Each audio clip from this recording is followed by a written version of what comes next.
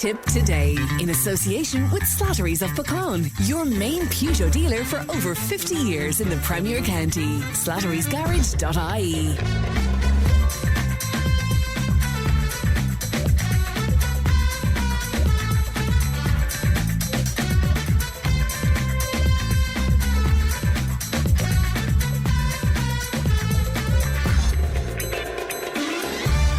Morning, welcome along to Tipp Today. 1800 938 007, our free phone number. It won't cost you if you'd like to make a call to us. And Leanne is producing today. We're coming to you live from Pearse Street in Nenagh, and it's great to be back, but it's very, very cold indeed this morning. There's still some ice on the roads out there, so if you're setting out on a journey, do be very careful, won't you? Coming up on the show this morning, I'll be speaking to Johnny Luby in just a few moments' time. Annacarty tearooms, where I spend most of my Saturday mornings celebrating 10 years in existence. Today I'll be speaking to Liam O'Brien about that in this hour. A stroke survivor struggles to find reasonable health insurance. We'll hear her story. Ultan has the gardening. Michael Cleary from JKC's in Nenagh, the toy shop, will talk to us about toys as we approach Christmas, and the Friday panel will unpack the hot topics of the week. All of that and more on the way. You can text and WhatsApp 083 311 3311. You can email tiptoday@tippfm.com. We're almost glad to hear from you. Let's have a look at the front pages of some of your newspapers today. The Irish Independent, their lead story: a Garda arrested over a missing €100,000 cannabis seizure is also being investigated for allegedly passing on sensitive information to a criminal gang. To the Irish Times and the Peter McVerry Trust, and that story is right across the newspapers today in different angles on it. The Irish Times telling us that fundraising for the Peter McVerry Trust has fallen from 15 million in 2022 to about 2 million for 2025, with an extremely cautious projection of just €500,000 for next year, politicians have heard. Also on the Times today, deep tensions over Brexit hampered the pandemic response in Northern Ireland and contributed to a disconnect between the approaches taken by the governments in Dublin and Westminster. The UK's COVID-19 inquiry has found. To the Irish Examiner, and again it's homing in on the Peter McVerry Trust story, their angle. The former head of the homeless charity Peter McVerry Trust spent €350,000 on a driveway at a homeless shelter and built an enclosure for 2 peacocks while the organisation's finances were falling apart. Remarkable story that is certainly evolving into. Also on the Examiner today, they're telling us that a robber was handed more than €6,000 at a bank in Cork after he presented a note that said he had a gun and gave precise instructions, concluding with the words, "Thank you, and I'm sorry for this," a court has heard. So an ordinary, decent criminal there. Also on the Examiner today, we're reading that airlines last night announced extra flights to Prague after all available seats were snapped up by fans hoping to see the boys in green on the next step of the World Cup journey. And finally, the Irish Daily Mail, and again it's with the Peter McVerry Trust story, and their headline, a rather stark one indeed: a homeless charity out of control. And they're telling us an indefensible amount of money was spent by ex-CEO of the Peter McVerry Trust to fund a lavish, stately home that he turned into his private office. And it's described here in this piece as a vanity project costing $1 million a year to maintain, and included an unauthorised private lift for the former Chief Pat Doyle that later had to be destroyed, as well as a peacock enclosure and a lavish driveway. So that's what's making headlines today. If you'd like to make comment on any of that, we'd be glad to hear from you. Once again, text WhatsApp 083 311 3311, and the email is tiptoday@tippfm.com. It's time for Johnny Luby. Morning, Johnny. Morning, Fran, and good morning to the listeners. On a cold, frosty morning with snow on the peaks of the Galties. Well, I was just thinking, when I was talking to you last week, I mean, you needed a kayak to get out of the Fourpenny Road, and this morning it's skis you need, I guess, Johnny, is it? Yeah, unbelievable, yeah. Fran, it's unbelievable what you're reading out there about Peter McVerry Trust fund. Yeah. Unbelievable. I mean, is there anybody in charge at all in the government, or when they're dealing with somebody else's money, they don't give two continental hoots? Just flog the money out and that's it. No accountability, traceability. There's supposed to be regulators, Johnny, but, they're not doing their job very well, are they? It's an absolute scandal, Fran, to see that happening, and all the homeless that are around and everything else, and to see this going on. Nobody gives two hoots. We're saying that a long, long time. Yeah, but what it does, it damages credibility, Jenny, because I know that you do an awful lot of work for charity, in fairness, but it's difficult when people hear stories like that then, isn't it?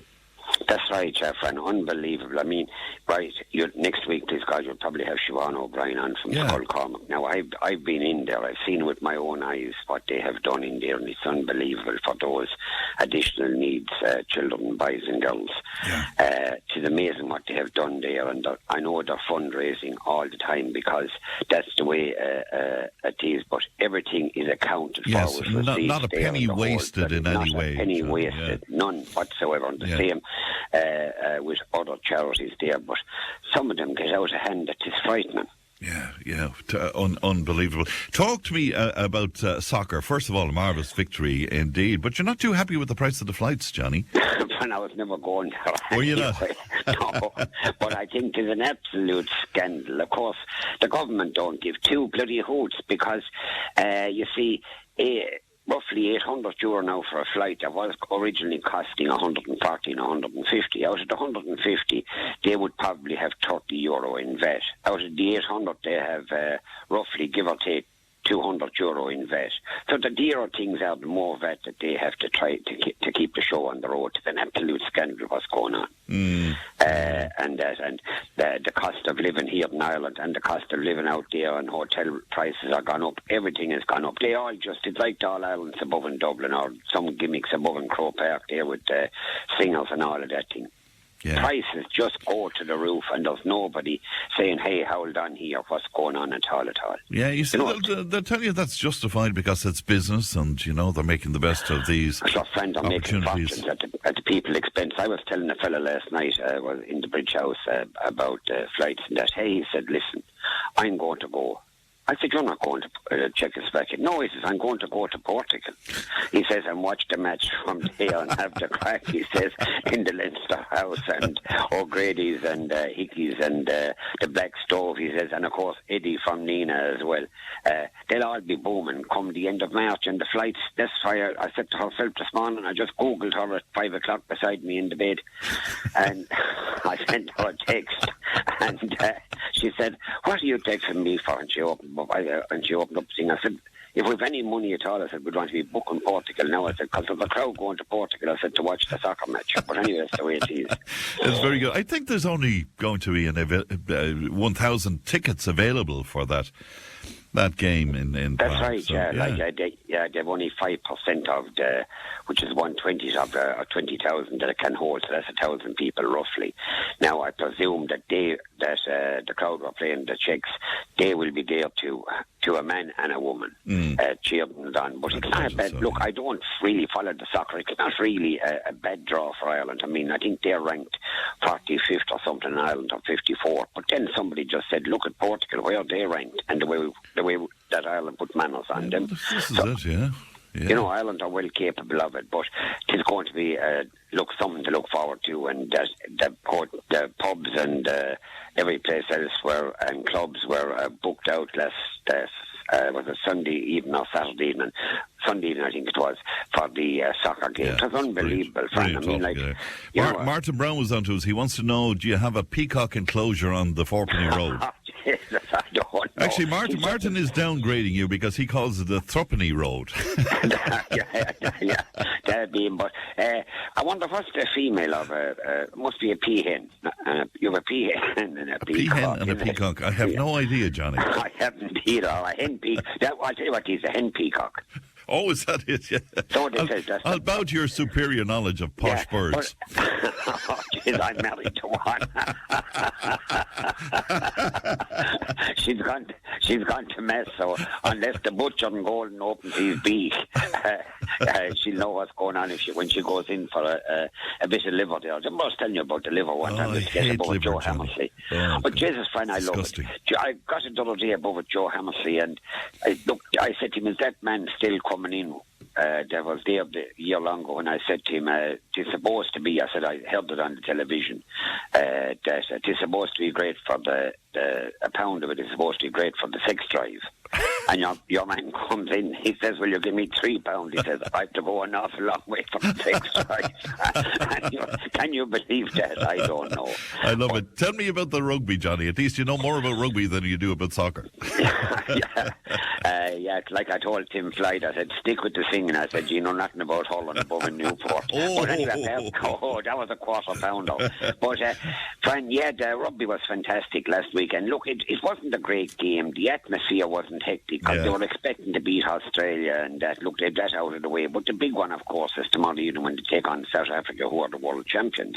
I genuinely thought that, look, it's going to be a toss-up really at out half between Sam Prendergast and, of course, Jack Crowley.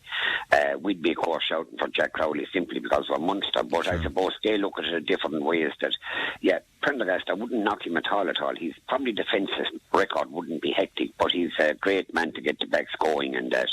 And of course, young Osborne, Jamie Osborne, is out injured. A huge loss to Ireland insofar as that they could play him any place. He can play full back or he can play in the centres. And we have to go for Bundy Aki, who has been a tremendous player for Ireland. But look, it's like bringing me back to play hurling with gold. And I think Bundy Aki is gone by his sell by day. But maybe the rough and tumble. What age is he now? Is he about 34 or something like that, is he? He's but there's a good few of them there up in that bracket. But I just thought that, look, like everything else, in a fortnight's time they'll be turning around to play in the Heineken Cup and or the European Cup as it's called, and then the mouth-watering clash Munster and Leinster on December the 26th. Fran. It's all systems go on the rugby front, and look, on locally in the rugby, Nenagh are having no great look, and that's the hard look about it. They've been playing well, but it's a different ball game when you go up to the very top of Irish club rugby, insofar as that they can play academy players and players who are on the fringes of Munster and Leinster and Connacht and Ulster teams, and that they're entitled to go back playing with their club and all of that. So Nenagh wouldn't have the resort or the players as such. Whilst they have great players, they wouldn't have the players to bring back from the academies, and that's the hard look about it. Cashel were leading last weekend 20 points to nil, and they were beaten, I think it was 27-23. They got the bonus point in that, and they could do with a couple of wins now on, but they'll be back at home in the next week or so as well, so the best of luck to them. A big win for Clonmel. They beat Thomond. Thomond last year were playing Kilfeacle and Tullis and Clanwilliam and all of those, and they won that Munster junior round robin, or the Irish round robin system of the junior clubs, and they went up senior. They had won their 5 matches up to this, and they were firm favourites, but Clonmel, when they came down to Ardguia Park there, Clonmel put manners on them, and fair play to them. Whilst they were in second place, they're still in second place. Thomond had got bonus points all over the place to be top of the league. So, look, Clonmel and Thomond, they'll be back at it again, back in Thomond, and hopefully Clonmel will go up into 2B. So hopefully they'll go up there, please God. Kilfeacle are out this weekend against Kanturk in a mouth-watering clash up on the hill at 2:30. And mentioning Kilfeacle, one would like to send dirty wishes to a lovely girl called Anne in Tipperary Town, herself and Seamus, our business people there in Tip Town, and of course fair play to Seamus. He celebrated in style, although it was Anne's birthday, so he won't like me saying that. I said, Seamus, I haven't done that myself. But and of course on the GA scene, we hadn't any great luck last weekend with Lockmore Castellani, who put up a great battle. Of course the match had been transferred from Ennis, and we had Paul Carroll, who does a tremendous commentary there with Ken Hogan and them on the Tip FM, something to look forward to. And they had been in the Clonmel grounds on the Saturday when they took on the Cork champions, and they put up a marvellous performance as well under all the circumstances that they went through there in the last maybe month or two. And that, but as regards Lockmore Castellani, look, we'd love to have seen them win, but at the end of the day, they're probably the players, the McGraths and all those lads, they need a bit of a break, and they have it now. And, of course, Upper Church Drumban, Fran. I love that neck of the woods up in the hills there in Upper Church, where you can go into Jim the Mills, where you can go to Canans, where you can go to that other one there, Mary the Peelers, and, of course, then you have Tim Neds and Drumban. So they're training like hell up there, and the best of luck to them. They have marvellous facilities there. One passes by there on the road down to Rossmore. They have to put up tremendous facilities, new pitch and the whole lot. So the very best of luck to them to keep the flag flying. I don't think Tipperary have won the Premier Intermediate since it was inaugurated there maybe a couple of years ago. But I think the game is in Tullis Semple Stadium, FPD Semple Stadium in Tullis. So the very best of luck to them. We'll all be there to give them a shout. And when win, lose or draw, we'll go back to the hills to celebrate. I'll tell you what, it'll be mighty odd. Horse racing in Thurles, Johnny, I think. That's right, Jeff, and they had it justly. That's my bloody book. Hold on a second. I have to go walking for it. We'll talk away among ourselves here. I'll talk as I see it here. Horse racing in Thurles yesterday, fine crowd there, and an 8-race card, and went off brilliant. They're racing again on Thursday next, please God, commencing about, well, you'll have to look at the time, it's maybe around 12:30, and that's next Thursday, and they don't race again then until December the 20th, when it is the Christmas meeting, which by and large could be all tickets, so you better start making inquiries there, because it's one of those wonderful days in Tipperary when we celebrate the week before Christmas with horse racing in that's great. And speaking of which, it was great to hear about that funding being made available for Tipperary Racecourse there in Limerick Junction as well, Johnny. Yeah, fantastic, friend. It means an awful lot, we'll say, too, because most of the trainers are down here in Southern Ireland, and they have to go to Dundalk, and that's maybe a 4-hour journey up, and then you're waiting for the race that goes on for 3 hours, then another 4-hour journey back, and the people that are driving the horse lorries and all of that wash down the lorries health and safety after they're coming into the air, maybe at 1 o'clock, feed up the horses and rug them up in weather like this and that, and it's and most of them going to Dundalk. But now with Tipperary being where it is, you have the Cork trainers and the Limerick trainers and Kilkenny and all the rest of them here in Southern Ireland. And of course, an hour and a half will bring you down from the likes of Kildare and that. So it is marvellous to see it. It should be tremendous employers there for the year and a half, people working on it and that. And of course, there'll always be people working then at Tipperary Racecourse when it is up and running for the night meeting. Indeed. What about the greyhounds, Johnny? Any news on the dogs? That's right, Jeff. And with a huge night on Saturday night last, and somebody texted me from Clonolty Rossmore to say sincere thanks for mentioning it, whilst they were working very hard behind the scenes in selling tickets and getting sponsors, and a sincere thanks to all of them. Frank, it's hard to believe that he was possibly one of the biggest crowds seen in Thurles Greyhound Stadium in 20-odd years, so they had a tremendous night. I'm often saying it about the Greyhound charity night, whether it's Clonmel in Thurles. Everything depends on the effort that you put in. Well, they put in a huge effort, and they want to say thanks to everybody concerned. And of course, Fran, you had that famous Borlahan Duella draw 3 for €50. It's absolutely fantastic, and a free pint if you buy it off Tony Lacey's bear. You see, I had a ticket more or less sold to a fella. Yes. But then Germain sell it to another fella from Borlahan, because he said that I was gone from his business up and broadcasting about Lacey's and all that. And that's Trevor, of course, and Sir he had ticket bought and he doesn't bought it from somebody else, but that's neither here nor there. I'll be telling Mr. Lacey that was I sold the ticket, so there has to be a free pint anyway. Absolutely, yeah. Edward Hayden, did you want to talk to me about the Christmas cooking demonstration? Yeah, the cookery demo. It's on in the Hoss and Jockey Hotel on Monday night, next November the 24th. Tickets can be got at 0504 44 192, or you can go on to some other bit of a yoke. But anyway, that's give me that number again, Johnny. That was very quick. You did that. 0504 44 192. 192. All right. Okay. That's very. I think you're short a digit there. Are you? 0504 44 192. Yeah. Okay. All right. Duella Christmas tractor run then, Johnny? That's right, Jeff, and absolutely marvellous that they're putting a huge effort into raising funds. That's what they do when they go at a thing. Last year they done it for the hospice, and I think 2023 for the hospice, and somebody else last year. And this year around, they have put all their eggs into the basket of doing it for Skull Cormac Additional Needs School in Cashland. It's absolutely fantastic what they're doing. I said to a few lads that are involved, it's deeply appreciated. I said, just go in there, I said, into Skull Cormac and have a look around at where the money is being spent and that. And I said, they'll be absolutely thrilled. I said, whether it is €50 or €100 or a couple of thousand, whatever was raised, I said it's appreciated. So that's on the 6th of December. And they're on to us. They're meeting up at the Mart at 4 and they're leaving at 5 sharp, and they're telling you to light up your toy tractor. That's right, yeah, Fran. And come here a minute. Yes. How's the grandchild doing? She's great. Absolutely great. I met her yesterday in the Talbot. We met up for lunch, so it was gorgeous. Now, when you're talking to Ryan O'Mara, Alan Kelly or Michael Lowry in North Tip, Seamus Healy, Matty McGrath or Michael Murphy in South Tip, will you get on to them that I trying to get a proposal through government that the grandparents would be getting the grandparents allowance? Absolutely, but of course, so didn't the big thing to do. But St. Michael's Fan, of course, their books are flying at the moment on the stories and the crack and the history founded in, I think it was 1947. It's a great read for Christmas. Fitzpatrick Printers or any committee member, Tommy,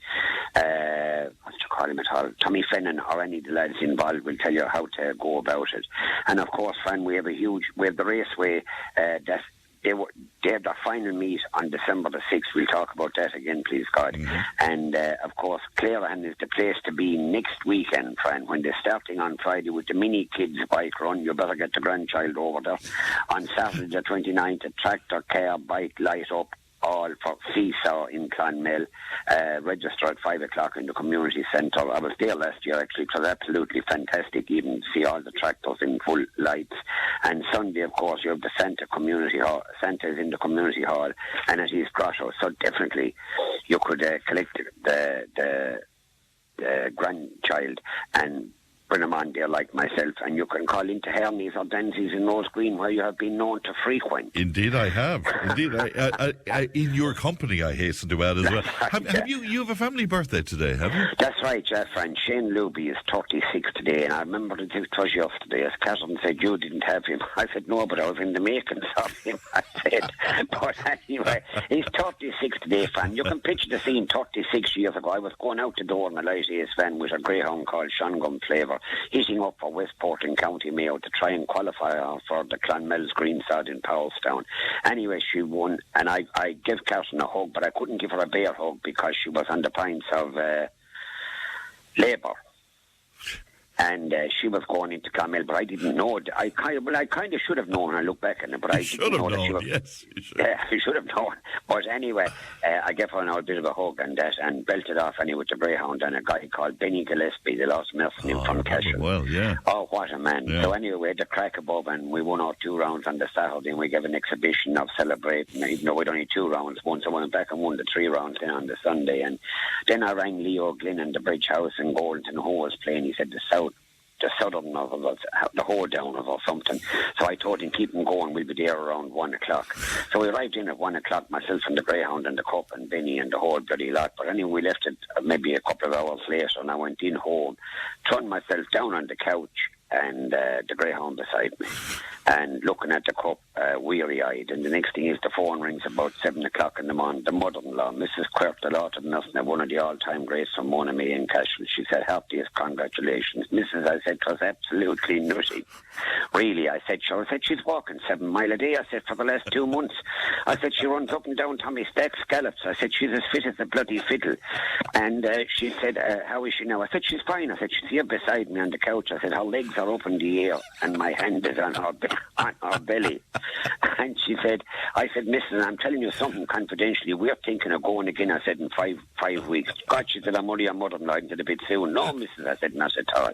Anyway, she said, "How is she here beside you on the couch?" She said, "When did she come out?" I said, "When did who come out?" She says, "Catherine." "Oh, Jesus, Miss," I said, "I thought that the bloody greyhound you were talking about." "I'll fake you, Johnny Luby." I said, "Mrs. hold on," I said like that. Hold on. I said, "What had we?" She said, "A bye." I said, "Mrs. thanks very much." That's Shane Luby. And he's the only one of the 2 or 3 of them that I know his birthday. Because I did say the 19th of November being a day of renown, Luby and his greyhound, they left Golden Town. The greyhound in the back, he soon sailed forth. Later that day, he arrived in Westport. But Fran was wonderful. I said, she won the cup, thanks be to God. She's qualified now for Clonmell's Greenside. You can hear the roars when the date will come. Come on, you Daisy, come on, Shangum. But anyway, Fran, those were the days. What a great story. What a brilliant story altogether. Would you say hello to Paddy down in Fremont in County Cork? Because I meet him every so often, and he is a huge fan of yours, and he tunes in from County Cork every Friday morning to hear you. My God, hello. He's the man who wrote the poem about you. Do you remember? Yeah. Jesus, do you remember the man said whatever for this? Yeah, down in Springmount. Fremont, that's right, yeah. And Fran, I must say hello as well to you. Just hold on 1 second. That's okay. You work away. It's only live radio, Johnny. No, come here a minute. Are you smoking while you're talking to me? No, I'm not, Fran. No, I'm drinking coffee here. I want to say hello to Michael Collins. There's a couple of Michael Collinses down in Bench, but this other Michael Collins, he tunes in every Friday morning and he'd always have a cut at me. You never give me a mention, ranting as he's one of the all-time greats. He comes into Sir Roland's on a Wednesday evening and does his split the bucket. And didn't he have Kilfeacle Rugby Club split the bucket? Didn't he have to win it 3 times? Did he indeed? Well, fair play to him. Fair play to him, indeed. Yeah. Dennis was on to us from Clonmore, and he wants advice for you. He wants to know, were you ever in Czechia before, and if so, could you recommend a good Irish bar in Prague? No, don't do it to me. No, I was never. It is an awful name for it. Is that Czechoslovakia? No, it's the Czech Republic, basically, but Czechia it's called, yeah. Or they deal in the Ruban deal. Do they? And you know, yeah. This is value for money. Now I don't care. You get 24 Ruban for €1. Right. So if you've been out €100, you get 2,400 Rubans, and it's in change like €1. Imagine carrying them around in your pocket. You want to have a belt around the britches. Johnny. Anyway, Frank. I have to go, Johnny. Right, lad. Mind yourself. Look after yourself, Johnny. Bye-bye. Right. The great Johnny Luby there from, well, what Martin Brown calls the Truppenny Road, but it is the Fourpenny Road outside of Golden. Back in just a moment.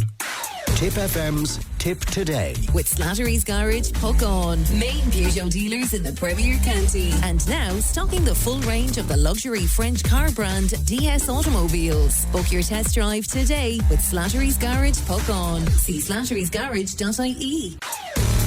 Tipp FM's Tipp Today. With Slattery's Garage, Puckon. It's time to change. Test drive the award-winning range of Peugeot hybrids and fully electric vehicles at Slattery's Garage today. See slatterysgarage.ie. Now, the tearooms in lovely Annacarty celebrating an incredible 10 years in existence, and they're celebrating today in great style. To talk to me about this, I'm glad to be joined now by the chairperson of the Annacarty tearooms. That's Liam O'Brien. Liam, good morning to you. Good morning, Fran. Great to talk to you today. Many congratulations, Liam. I can't believe it's 10 years. I know. We were just saying that again last night, Fran, and this morning. All of the people who were involved at the start and how all of their lives have evolved and changed and grown in the meantime, you know. Isn't that amazing? Yeah. How did it all begin, Liam? Where did the idea come from?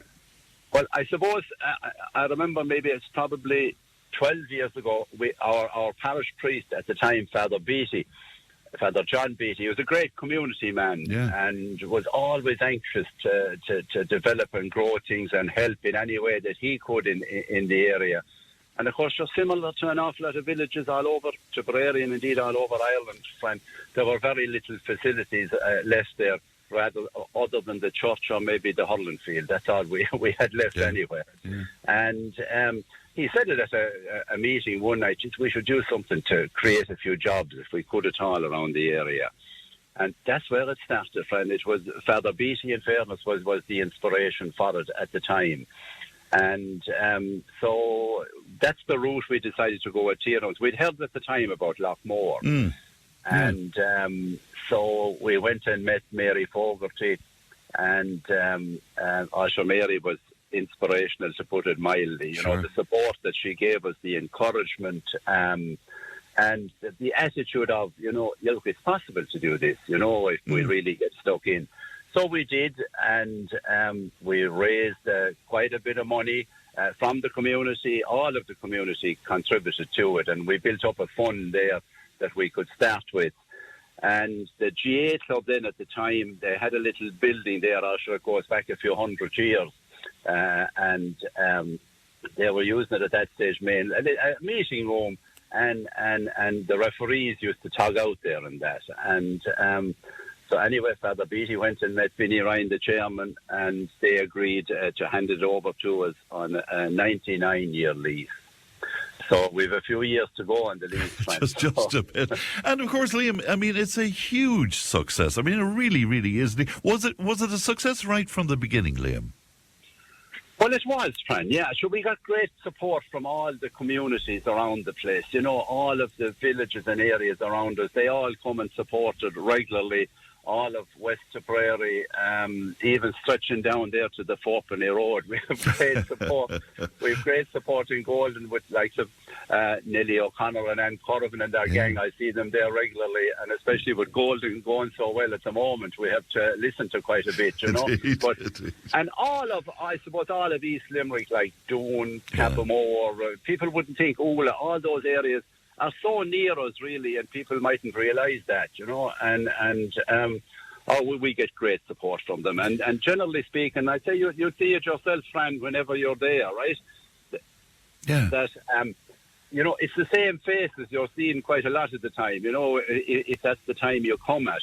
But, no, it's just, I suppose, I don't know, whatever we're doing, Fran, we're doing it right? Well, certainly doing it right, Liam, because it's become a kind of a hub there now. I mean, you know, like meetings are held there over coffee and breakfast, and I see cycling groups turning up there, for God's sake. People having a day out and heading for Annacarty. I mean, it's just brilliant, isn't it? It really is. It is, Fran. We're pretty central, and I suppose the fare on offer kind of suits everybody that comes, you know. Our early morning gang there, you know, led by George Tate and Tommy Ryan and those boys, you know, having their breakfast there most mornings. And they're good boys, like to evaluate the competition too. They will take a trip around from time to time, both in the county and outside of it. But I think they'll always come back to Sarah anyway at the end of the day, you know. I think they will indeed. And speaking of Sarah, I mean, you know, Sarah looking after things there, and Mary Ann and Kay, and it's a fantastic team of people. In fact, it's like an ongoing soap opera, to be honest with you. I know Johnny could take a few lines from the place, couldn't he? He certainly could indeed. How did you manage with funding over the years, Liam? How did that work out? Yeah, well, as I said, we started out by raising our own funds in the area. This was voluntary contributions from most of the people, probably all of them, I'd say, in our community, embraced it right from day one. And from that then, we used that, you see, to draw other funds, right, from the local authority, from the development board. We got great help there because I'd say, Fran, I was thinking back on it there, I'd say it cost us about 150,000 really when it was all added up to put it on to get it done. You know, it had to be renovated from start to finish. Yeah. And now with you know the stringent requirements by the HSE Health Board and all that kind of stuff, you know, we had to do it to the highest standard. And I suppose the original kitchen we found we had to extend that. The original seating area, which would accommodate about 36 people sitting down. During COVID, then we put on that additional building. We got national funding for that. We had applied as part. They had invited applications, and we were one of the lucky ones. So we got the money to put on that extension out to the front there, and we can put maybe 16 or 18 into that, right? Yeah. So you know, and like you know, if you go there, it's between those. I suppose those core hours of 11 to 1, you know, you might have to wait a few minutes to sit down. You know? Absolutely, but the welcome that everybody gets there is just fantastic altogether. And I see relatively recently you have the solar panels up there as well. Yeah, Fran, and again, we'd be very conscious of that type of thing, right, where we can contribute.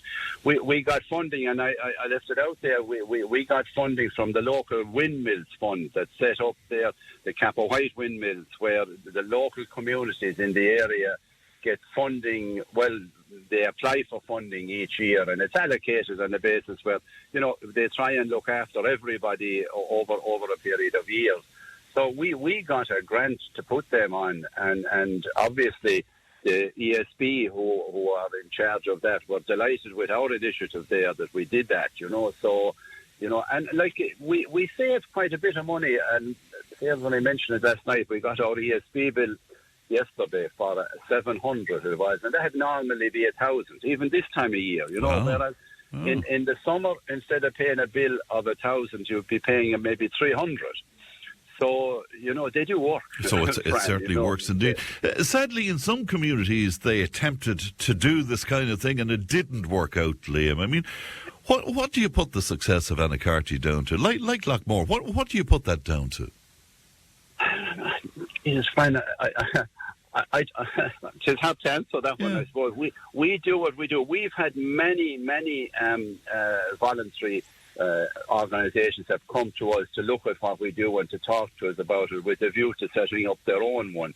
But unless you have a nice bit of money, Fran, and a building that's either capable of being renovated or even ready, we'll say, that would be the challenge for us, I'd say, at the start. At that time we were able to access significant funds that way. And the County Council were great supporters of ours as well, as I said there earlier, the Leader Group and some of those special ones, the windmills.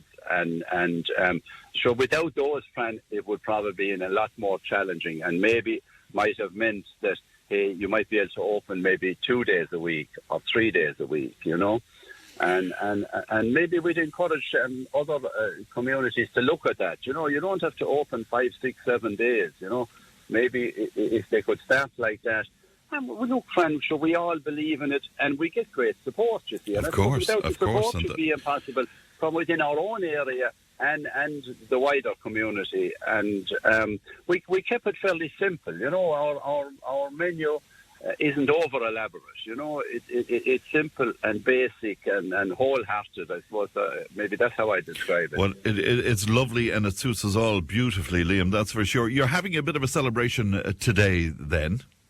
We have, Fran. We just like to say thanks to all of our customers and clients and people who call, and all of our suppliers.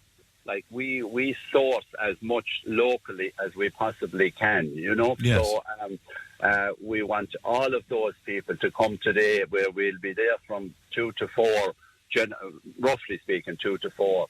And anybody is welcome to come in and have a little savoury or some little bit to eat.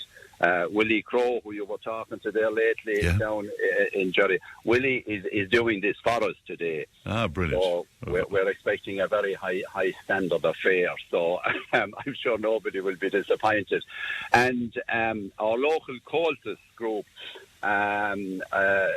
who practice or play in the tearooms at night on a regular basis, they're going to be there today for us. So they'll play away for the couple of hours. So it should be very nice. It's a lovely idea indeed. You're going to be inundated there today, I would say to you, Liam. Well, look, many congratulations to everybody involved. As you know, I live in the area, Liam, and it's so important to the community. It really, really is indeed. So look, my best to you all, Liam, and thanks for coming on with us this morning. Well, got a meal of the Fran. So we'd like to take a leaf out of our new president's book. So anybody that would like to come in and have a few little words in Irish, we'd welcome that, and we intend to run some classes there after Christmas in that context. What a great idea indeed. Carmel Mahagad Aguslan, Liam, thank you indeed. Thank you. Thank you.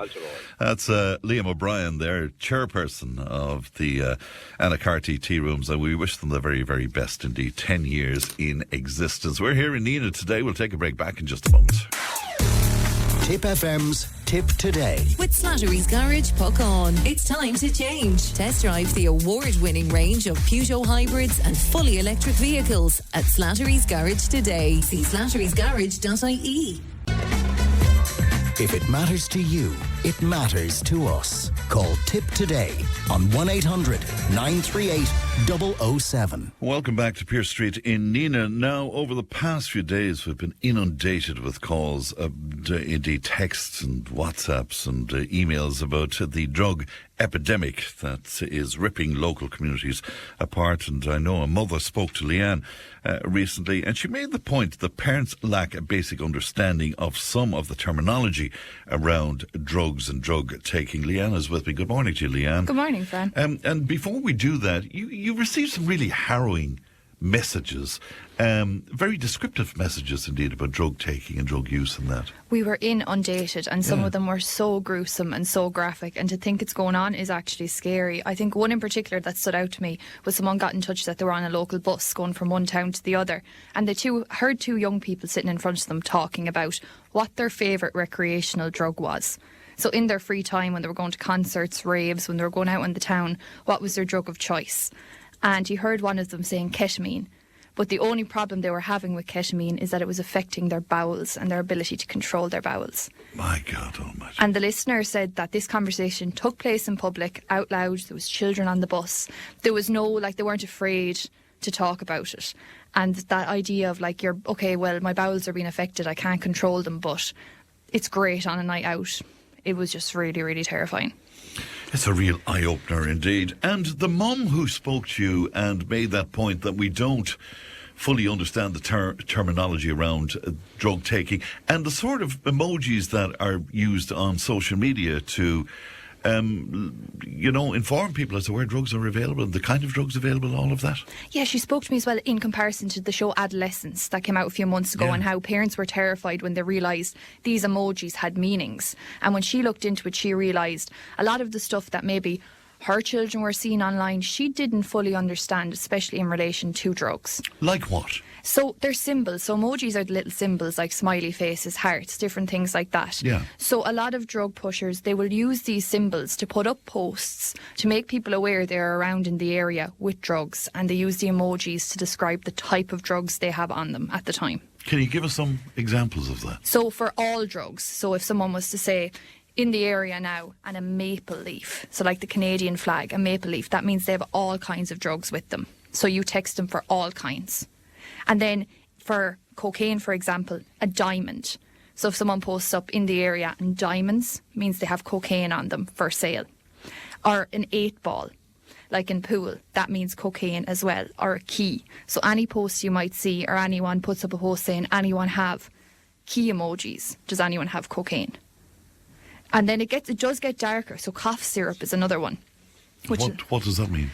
So cough syrup, like for sickness, if you take a large amount of it, it's meant to have like opioid-like effects. So young people who maybe are interested in drugs and maybe don't have the money for them, they'll go to the extent of buying large amounts of cough syrup. And these are sold on the streets? Yeah, Right. So people will buy large quantities, bring them in maybe from other countries, and they'll drink a large amount of cough syrup. Right, and because they're sweet, of course, that's a way of getting young kids. Exactly, and that's the issue. A lot of young people have said they started out with things that they thought were harmless, like cough syrup, and for that, the symbol is grapes.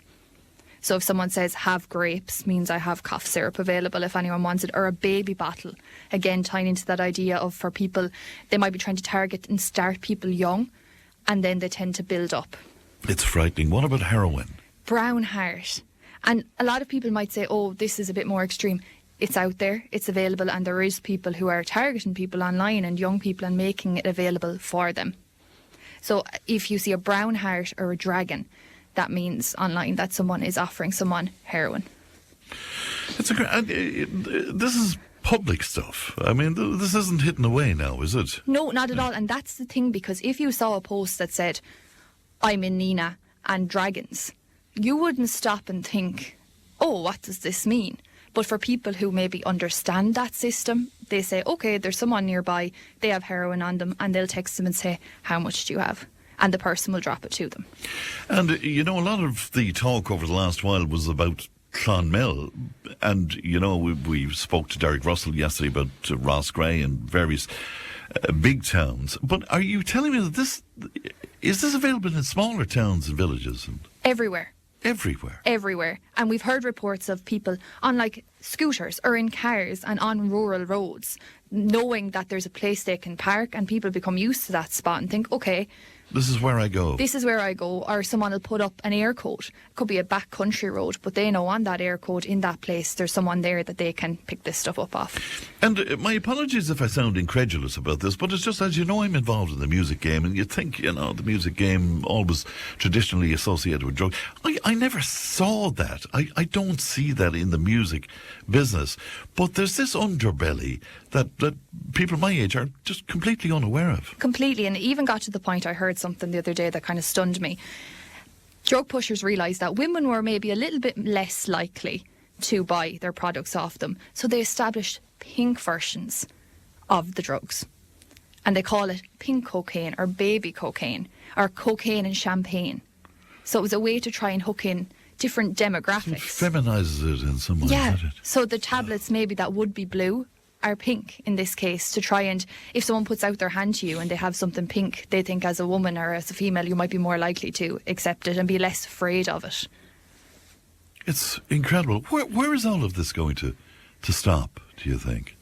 Or is the genie out of the bottle at this point? I think it's out of control, and social media has played a huge part in this, because people are posting online now all the time that they are on drugs or they're using drugs, or the best night out off my rocker. So would be it's the term. acceptable now. It's part Completely. of the night out. People will have conversations in comment sections about their favourite type of drug and how they took it and how they used it. And if, as a 12, 13-year-old, you're just fresh on social media, you see older people readily accepting this, you're more likely to think it's normal and it's okay. And when the day comes where someone offers it to you, you will think, well, X, Y and Z on social media do it all the time and they have the best nights out ever. So it's setting a standard now where young people feel like they need to do this to conform and to be cool and be in with the cool group, and don't be like a mammy's boy would be the term you'd get a lot, or an A student. This is what is normal and you should do it. There's pressure on kids then where this is concerned. That video that circulated last week, I mean, that was an eye-opener to so many people. That was a complete eye-opener, because you hear the stories, but it's all sometimes maybe kept away. You know, people don't want to damage an area or a town or feel like it's negative. But when it's right there in front of you and it's a place you know so well and you pass all the time, it kind of puts it in your head something needs to be done about this, because it's spreading. All right, thanks for that, Leanne. If you want to talk to Leanne, it's 1800 938 007. News and information's on the way. Tipp FM's Tipp Today. With Slattery's Garage, Puck On. Main Peugeot dealers in the Premier County. And now stocking the full range of the luxury French car brand DS Automobiles. Book your test drive today with Slattery's Garage, Puck On. See slatterysgarage.ie. Tipp FM's Tipp Today. With Slattery's Garage, Puck On. Over half a century driving the people of Tipperary and surrounding areas with quality, reliable and economical vehicles, new and used. Call the sales team today to discuss your next car or van on 067 24 111.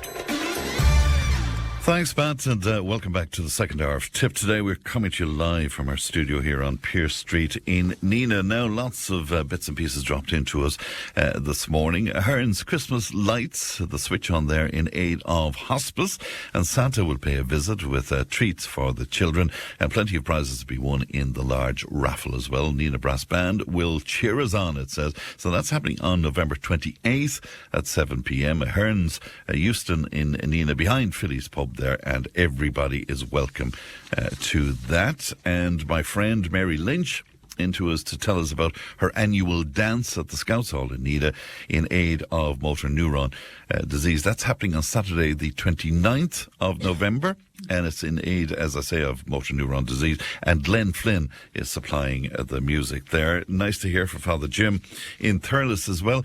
And he was telling me about a lovely night that's happening at the Cathedral in Thurles on Sunday the 30th of November. It's a gala evening of music and song, and it features the Cathedral Choir along with Clonmel Concert Band and some very special guests as well. And I know tickets are available for that right now too from the parish office there, but put that in your diary. for Sunday, the 30th of November. Tonight, Hallinafella, I'll be there, along with Muriel, and we're looking forward to that. And you're very welcome there. If you're a dancer, needless to say, you're very welcome. If you just want to drop on by and sit down and listen to the music, you'll be made welcome as well. Now, this week, Brigid from Nenagh was in touch with us, and she says the ever-rising cost of private health insurance is only adding to cost of living issues, and she joins me in studio. I'm delighted to say good morning to you, Brigid. Good morning, Fran. How are you? I'm well, but more importantly, how are you? Because you've been through the wars over the last while, haven't you? Absolutely, I have indeed, Fran. Yeah. Well, thankfully, I haven't been as badly affected as a lot of people have. You know, the strokes did affect me. I got my first one in April last year. Then I got another one in November. Now, the second one affected me worse, I would say, because it impacted the left side of the brain. So it was the left hand, the left arm, the left hand and the left leg. And I get a pins and needles sensation quite a bit on my left foot and my left leg. But the walking and exercise helps with all of that. Right. Well, I'm delighted to say you're looking well, though, Brigid. But as Thanks, I say, Fran. you've been through the wars. The first time you had the stroke, did you get any warning about that? Did that just... I didn't know. I was at work when it happened to me, Fran. And I just remember being on the computer and I was doing some work. And all of a sudden, I thought my vision was getting affected, and I was wearing glasses trying to look at the screen, and 1 minute everything was blank in front of me, and the next minute I could see, but my vision was very blurred.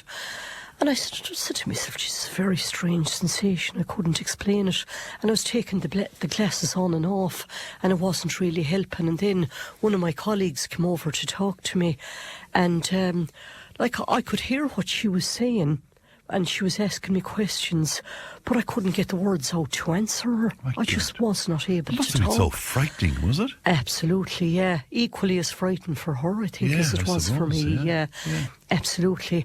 And eventually, when I was able to talk, I said to her, "I'm really sorry, Sharon, I don't feel very well." And she said the colour absolutely drained from my face. And she brought me up to my desk, sat me down, gave me some water, and she talked to my boss, and they decided I had to go to A&E there and then. Yeah. Was that the time you had to spend 2 days on a trolley? Was it at that point? Yeah, that's correct. Well, what happened was the taxi brought me from work to the medical assessment unit in Limerick, and they weren't open. It was on a Monday, and they don't open Mondays. So they sent me in another taxi to Nenagh. They said, "You'll have to go to either Ennis or Nenagh." So I went to Nenagh, and they did all the tests and all that. They couldn't figure. They said everything seemed to be okay, but they said, "We'll keep you in overnight for observation."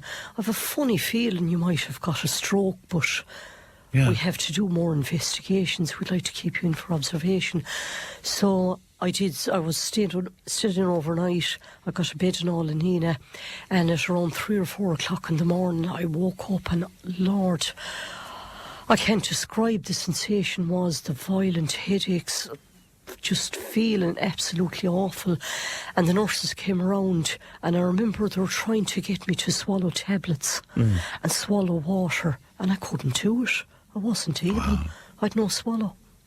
And they didn't know, they couldn't figure out what was wrong. So they packed 4 o'clock in the morning. I remember it was freezing cold outside, just like it was last night. And 4 o'clock in the morning, packed me in an ambulance back into A&E in Limerick, where I was on a trolley for the next 2 days. And while on the trolley, you were still obviously feeling very distressed and unwell. Absolutely, yeah. And were you treated on the trolley then? Was that how it works? Whenever the staff had time, I got treated, but I needed to go to the toilet and that occasionally, and there was no staff there to help, so I had to try and roll off the trolley myself, and because I'd no balance, I had to crawl on the floor to try and get to the toilet. Just crawl on the floor? Yeah. And some of the visitors alerted the staff, and then they came and helped me. But at one stage then I was they came around and gave breakfast, I remember, and I threw that up. Well, of course. I was in an awful state. My God. And the thing here is, at that stage, you were paying for private health insurance. Correct, yeah, Right. yeah. I have been since 2007, Fran. But most of your treatment ended up being public treatment. Correct. Right. Yeah. So even though you're paying a lot of money, it didn't benefit you at that point? No. Because I remember they were doing their best to get me a bed, and my family and all were putting pressure on them, said, look, she's obviously getting strokes, you need to act here, and she needs to be in a bed, not lying on a trolley on a corridor. And I do remember they were anxious to, when they heard I had health insurance, they were anxious to come around and get the details.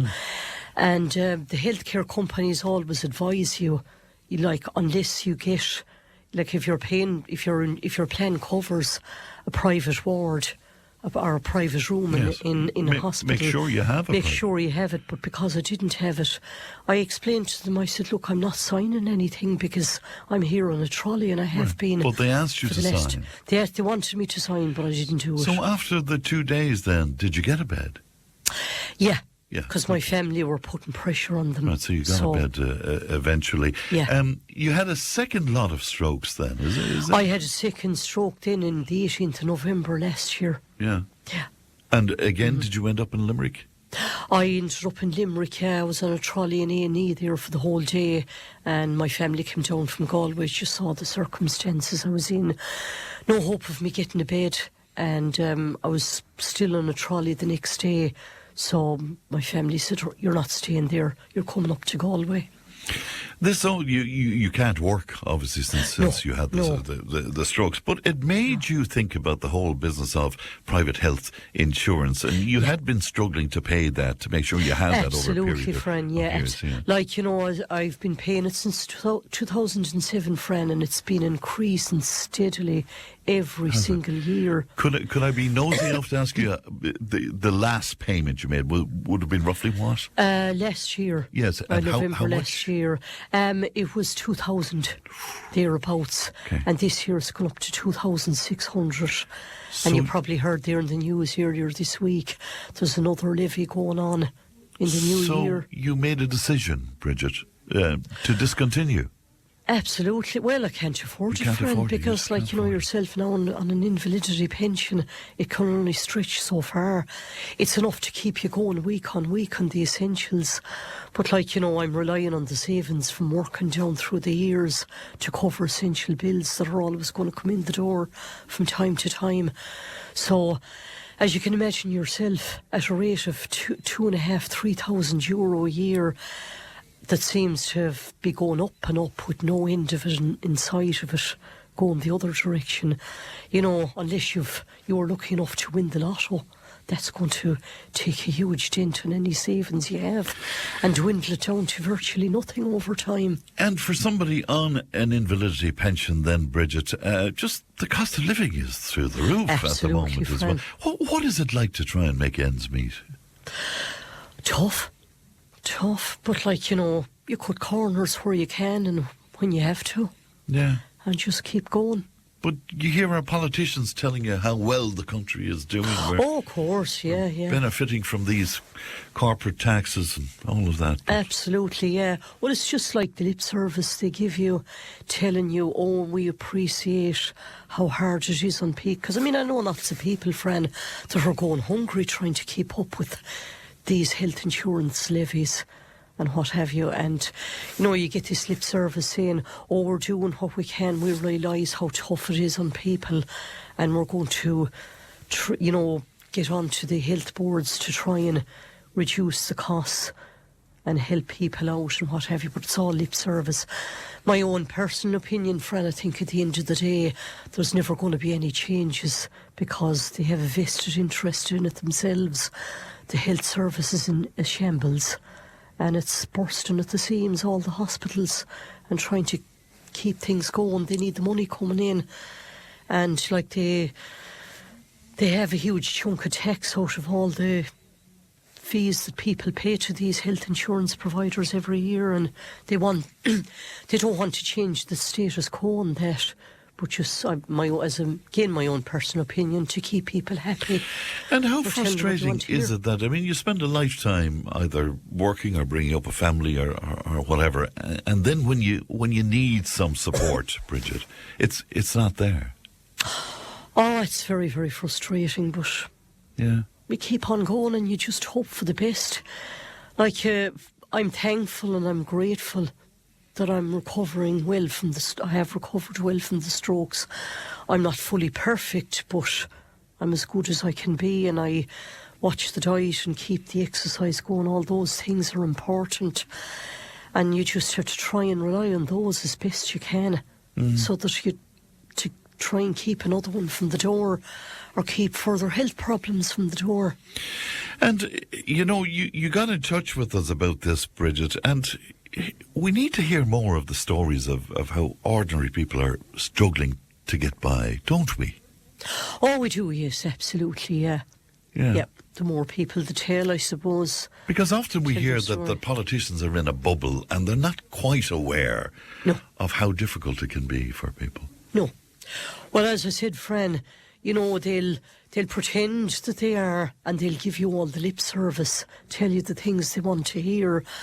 But as I say, my personal opinion, at the end of the day, I don't think they have any interest or want to change the status quo, because they want the money coming in to boost the tax coffers. And So you've stopped your health insurance because you just simply can't afford it now. And well, it's due for renewal this month, but I can't afford to renew it, Fran. So you won't I be won't be renewing. renewing it, no. Yeah. So I And- just have to hope for the best. And what is the prognosis where the strokes are concerned? I mean, you have to be very careful now going ahead. Oh, absolutely, yeah. Well, I follow all the advice from the GPs. I attend all my clinics, my appointments. Yes. You know, do whatever they recommend. Yeah. And looking to Christmas, I mean, Christmas is a very expensive time, for example, Brigid, you know? I mean, Absolutely, yeah. are you planning that now? Have you been planning that? Oh, I've been planning it, yeah. Like I say, you just go along with it the same as every other day. Like, you know, keep the cost down as best you can. Yeah. You know, go along with the necessary and cut out the unnecessary. I suppose. Well, Yeah. the story is so interesting, and I'm sorry to hear about this, the strokes and the health issues, Brigid, but we wish you well for the future. It's very good of you to come on and talk to us. Thank you. Oh, thank you, Fran. Thanks very much indeed. We wish you have a Thank touch you. of a cold as well. I have a little bit, yeah. Well, I did get the flu jab last week. Right. It's helped a little, but Oh. I'll overcome it. All right, we wish you well. Brigid, thanks for coming into us. Thank today. you very Thank much, you very Fran. much indeed. Thank you. Thank 1800 938 007. Back in just a moment. Tip FM's Tip Today. With Slattery's Garage, puck on. It's time to change. Test drive the award-winning range of Peugeot hybrids and fully electric vehicles at Slattery's Garage today. See slatterysgarage.ie.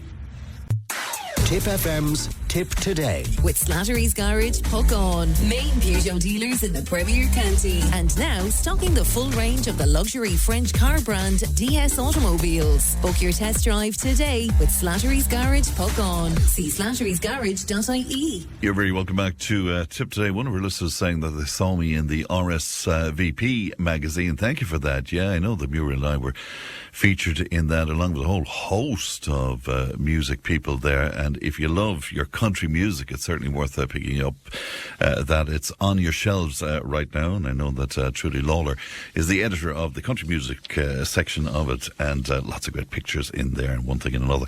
Let's move on to gardening, and delighted to be joined as usual by Ultan Nesbitt of Arabon. Good morning to you, Ultan. Good morning, Fran. Great to see you today.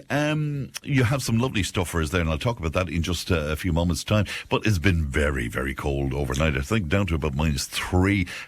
What do we need to be careful of? Yeah, really, at this time of the year, especially with plants that will be coming into flower, things like the lovely camellias, and you'll have the lovely flower buds starting to form on them. And then in January, February, March, you'll have a fantastic display of flowers from them. But really, they're quite susceptible to frost damage. So it's an ideal time is to either put a frost fleece over those to protect them from any severe frost. If it goes below, let's say, -5 or something like that, it's very important to have those type of plants covered. Or even, don't you know the lovely Dixonias? It's the tree ferns, and they're particularly nice, very exotic looking fern as well. You often see them down in Kerry growing quite well. But the tree ferns would need to be protected as well. So again, if you could, with the top crown of the tree fern is where the growth is. You'll have the ferns unfurling at the top part of it. So it's very important now is to tie up the old stems of it, of the fern itself at the top part of it, and then put in either a hessian or even the frost fleece around it, and that protects the top crown from any frost damage, and therefore you'll have a lovely display of the ferns during the summer then as well, so they don't get any damage done to them. Other things that are very susceptible as well, of course, is the hydrangeas. I think anything that you have that are kind of frost sensitive, it's always good to have them planted in areas in the garden that is frost free, so near a base of a wall or even in amongst other shrubs, and other shrubs will protect other plants from frost damage by cover. Let's say if you have evergreens, what's lovely now at the moment, of course, is the viburnums, and the viburnum tinus everprice is quite a nice full plant and flowers right through the winter as well, and that's quite good to have with, let's say, a camellia or even with a hydrangea, and because of the evergreen foliage of it will protect it from any frost damage as well. They're a much hardier plant really as well. They're quite good. But with the hydrangeas, plant them near a base of a wall, or even put during this time of the year, really it's kind of January, February, March are the really cold months, is to put just the frost fleece over them, and that protects the buds from any frost damage. And really, because with hydrangeas, if they get burnt by frost, it tends to burn them back down to ground level, and all you'll get is a lot of stem growth and foliage and no flowers. But if you protect those buds from frost damage, you'll have loads of flowers. Very good indeed. Now you come bearing gifts as always. Tell me what's in studio with us today. Yeah, really, this is a great time of year. We really are in the kind of the autumn time. It's all the leaves have gone off the trees now at this stage. So it's a good time to get the saplings or bare rooted hedging as well into your garden, and they're much better value really to get at this time of the year. I mean, all you're paying for, let's say, either we have birch, alder, oak, whitethorn, which is quite good. You have the lovely beech, of course, as well. Even yew or holly, and these are quite good. And really, they're about 2.5 foot high. That you can get. They're in whips, and you kind of can do a staggered row as a hedge with the whitethorn. Normally, I put 7 per metre, and so 4 and 3 do a staggered row with them. Yeah. And they're very stock proof. The whitethorn is quite good, and it's very, very hardy, and especially if you're in a very exposed area where nothing else will grow. The whitethorn will, and it's a good indigenous hedge to have in your garden or out in the headland as well, around the farms. Other things that are quite nice as well are the Scots pine, or even a thing called yew as well, which is particularly nice, lovely evergreen, or the hollies, the Ilex aquifolium, which is lovely Irish holly, lovely dark green leaf in it. And the hollies are an abundance of berries on them at this time of the year, so they really are nice, and they're a very good food source for the birds as well. Other things there that I have that's a little bit unusual, but it is indigenous to Ireland as well, is an Arbutus unado. It's a Killarney strawberry tree. Is that out the far side? That's the lovely evergreen one there, isn't it? Yeah. And that has lovely white lily of the valley type flowers on it now at the moment, and it's quite a nice thing. But even the bark of it is really nice. When you get that kind of autumn winter sun on it, it has that lovely kind of reddish bark that comes on it. But again, lovely evergreen, and again, you'll have those lovely edible strawberries on it during the summer months as well, which is particularly nice. So a lovely thing to have in your garden or in your hedgerow are those type of plants. Other things that are good if you're a very exposed area are the elder trees, and Anis glutinosa is a lovely tall. You often find them planted around orchards or fruit trees and things like that, because they're good as a shelter belt. Because they're quite narrow, they don't grow wider than 3 foot, but very, very upright in habit, and they almost form a kind of a wall, let's say a 15, 20 foot high wall, quite good for exposed areas. And again, very easy to grow as well. And again, they're only about 160 each. to plant. So normally what I tend to do is just dig a hole, back of the spade, down, push it down into it, and firm it down with your boot, and that's planting it. There's very, very little effort in it. Fantastic. Yeah, it is fantastic. And a lot of these plants, if you're buying them containerized, they're nearly 3 times the price of what you'd get bare rooted. So the bare root is very good to do at this time of the year, and always plant them between September and March is a good time to get them. But I always say, try and plant them before Christmas because they'll form a much better root system on them. So in the middle of May, when you get a drought, they can cope with that and survive then as well. So always try and get those bare-rooted hedging plants in before Christmas. What about Christmas trees then? I guess, Arabon, you would stock Christmas trees. Is there a wide variety there? There is, yeah. We have a lovely selection of artificial Christmas trees as well, of course. So we've lovely the black Christmas trees, or the silver white ones as well, or even ones that have the fibre optic lights on them, which are particularly good as well. And they come in a range of prices as well.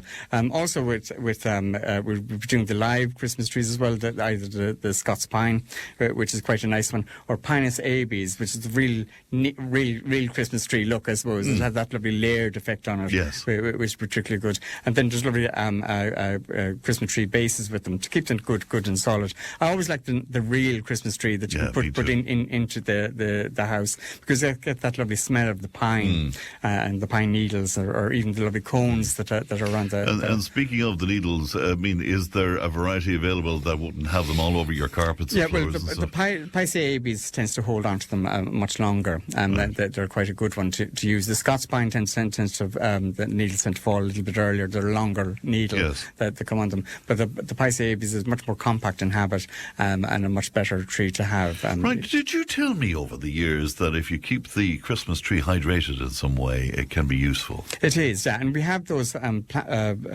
stands, the Christmas tree stands that you can fill with water, normally with sand at the outside of it, and then water. That gives it good stability, really, and that keeps it fresher for longer. So that's quite a good thing to do with your Christmas tree. So keep water at the very base of the trunk of the tree to keep plenty of water on it. Now there is live Christmas trees that you can get as well. There's a Korean pine, which is particularly nice, and that has the lovely blue cones on it. They sit almost upright, almost like little candlesticks. Normally cones on pine trees are hanging downwards, but with the Korean pine, they sit upright, and they're lovely blue little cones that sit upright, and you can plant them out into your garden then afterwards if you wanted to as well. So they make a lovely statement piece in the middle of a lawn, really, because you have that lovely layered effect. Sounds good. I haven't seen them before. Yeah, the Korean pine or Pinus custer. Right, very good indeed. Questions in for you. My tomato plants have been yellowing leaves. They're wilting. What could be causing this, and how could I treat it? Really, at this time of the year, tomato plants are dying back anyway. Right. So really, that's the nature of them. But what I would do is try and harvest any plants or any tomatoes that have formed, and put them into a brown paper bag. They'll actually season quite well. They're still green. So put them into a brown paper bag and store them in your kitchen windowsill, and they'll season quite well. Or again, we can make chutneys out of them as well, which is quite a good thing to do. Because really, the tomatoes stalks are all dying back now, so start to remove those out of your glasshouse as well. Right, very good. You mentioned yew when you were talking to us earlier on. One of our listeners is wondering, is that dangerous to farm animals if it overhangs onto farmland? Taxus baccata is very poisonous from head to toe. So it is very important to have it in an area where it's only as an ornamental hedge or tree. So normally you use yew in formal garden planting. You know, you often see it in the old estates. Yes, of course. This kind of lovely yew hedge, or even the lovely topiary shapes that you can make from them as well. So they are quite a nice, dense evergreen that grows quite well. And again, a lot of people would use the box hedging and things like that. And box tends to get a blight the last couple of years, while yew keeps a good disease resistant to any blights or anything like that. It's quite a good hedge to have. But only use that in an ornamental stage in a garden where you're not having livestock. Yes, Tom has a technical one. Is it easy to graft an apple tree now at this point?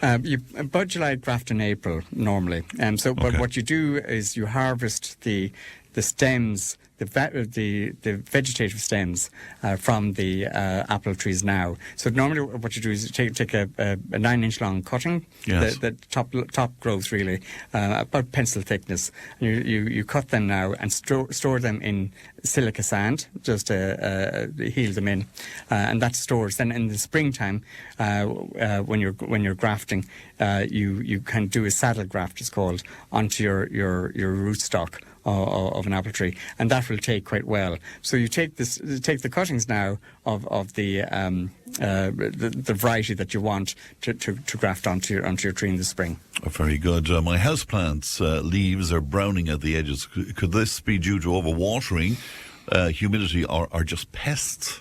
No, sometimes with the browning is to do with humidity, and then you get, if they're in full sun, they'll tend to get scorched on the leaves. So really what I would tend to do is pinch off any affected leaves on it, on whatever particular plant it is. So pinch them off to remove them. And then use a thing called a plant tonic. It's a thing called like a sequester of iron sachet that you can put into your watering can.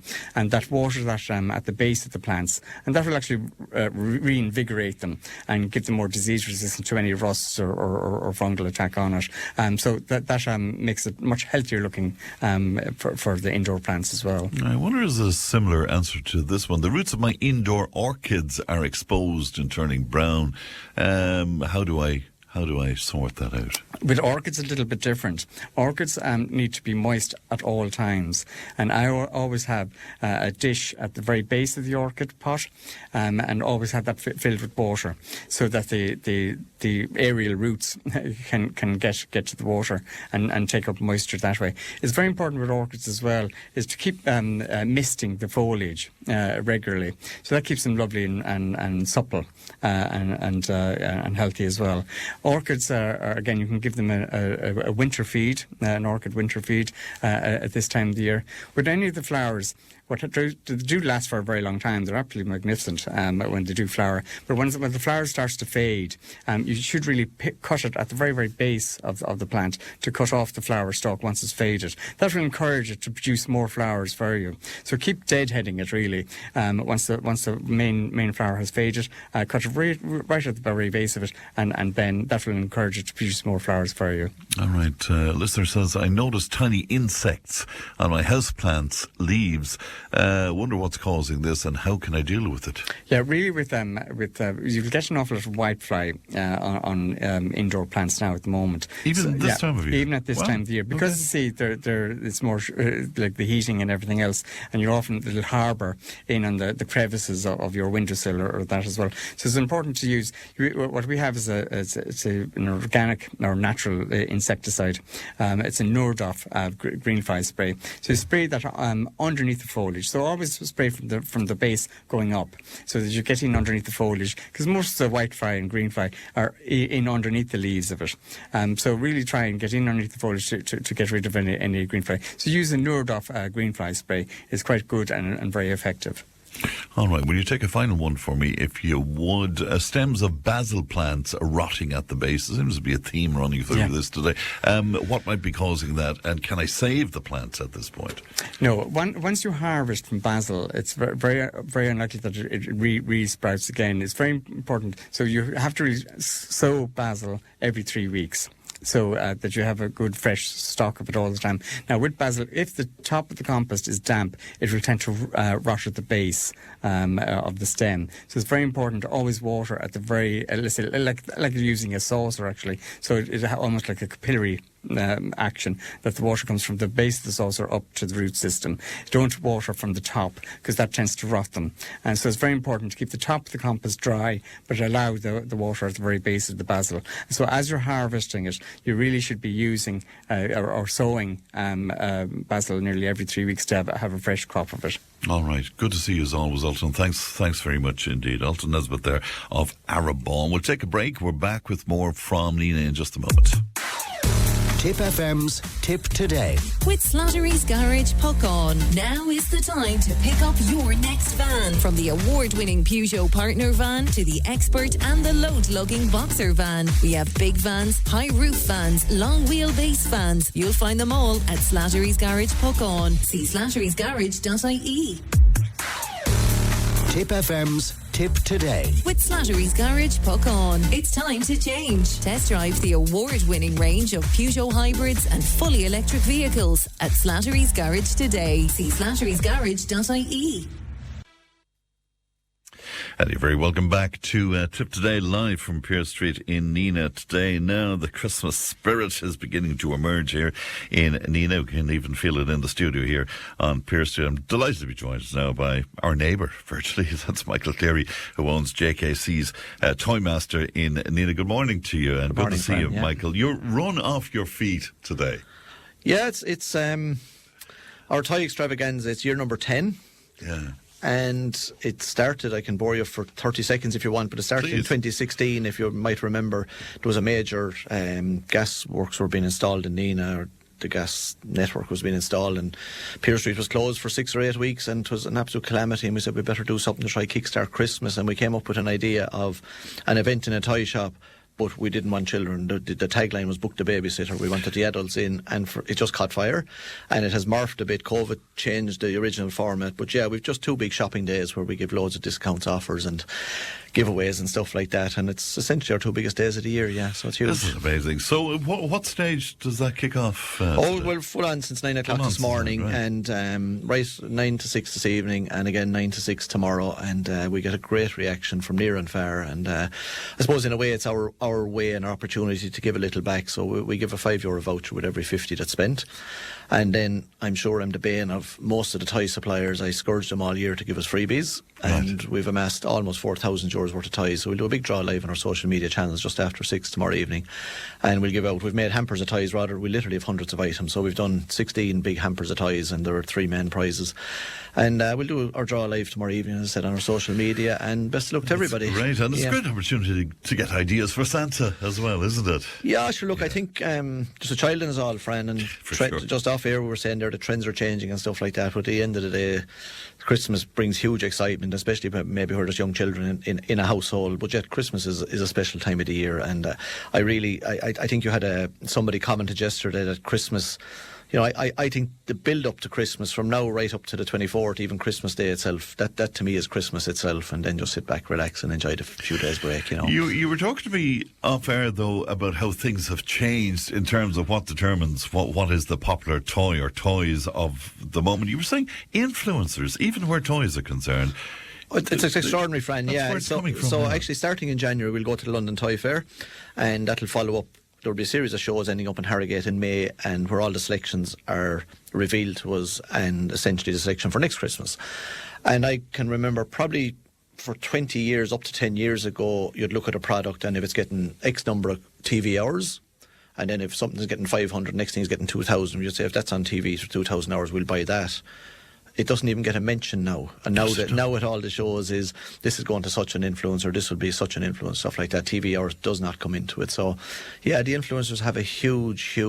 Right, and for people, I'm conscious that there's people not all that savvy about social media. These would be individuals who would do like podcasting and videocasting and exactly. The like. Yeah. And if they endorse a product, then, Michael, it's huge.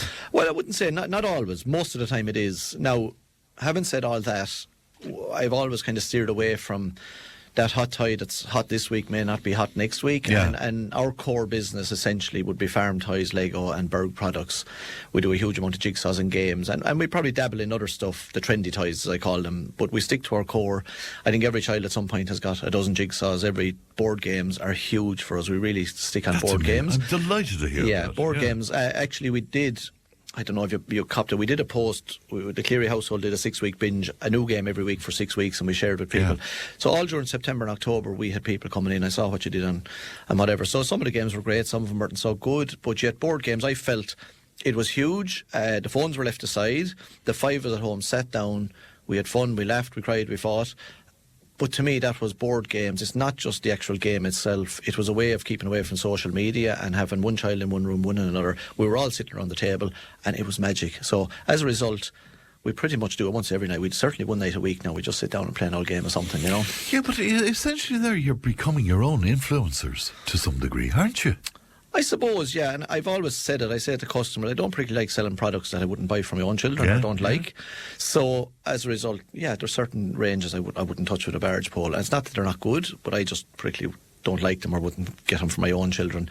So yeah, I love board games. I love Lego. I love the whole, I suppose, the region we're in, the whole farm toys and implements, be there from the die cast up to the sit and ride on or the battery powered.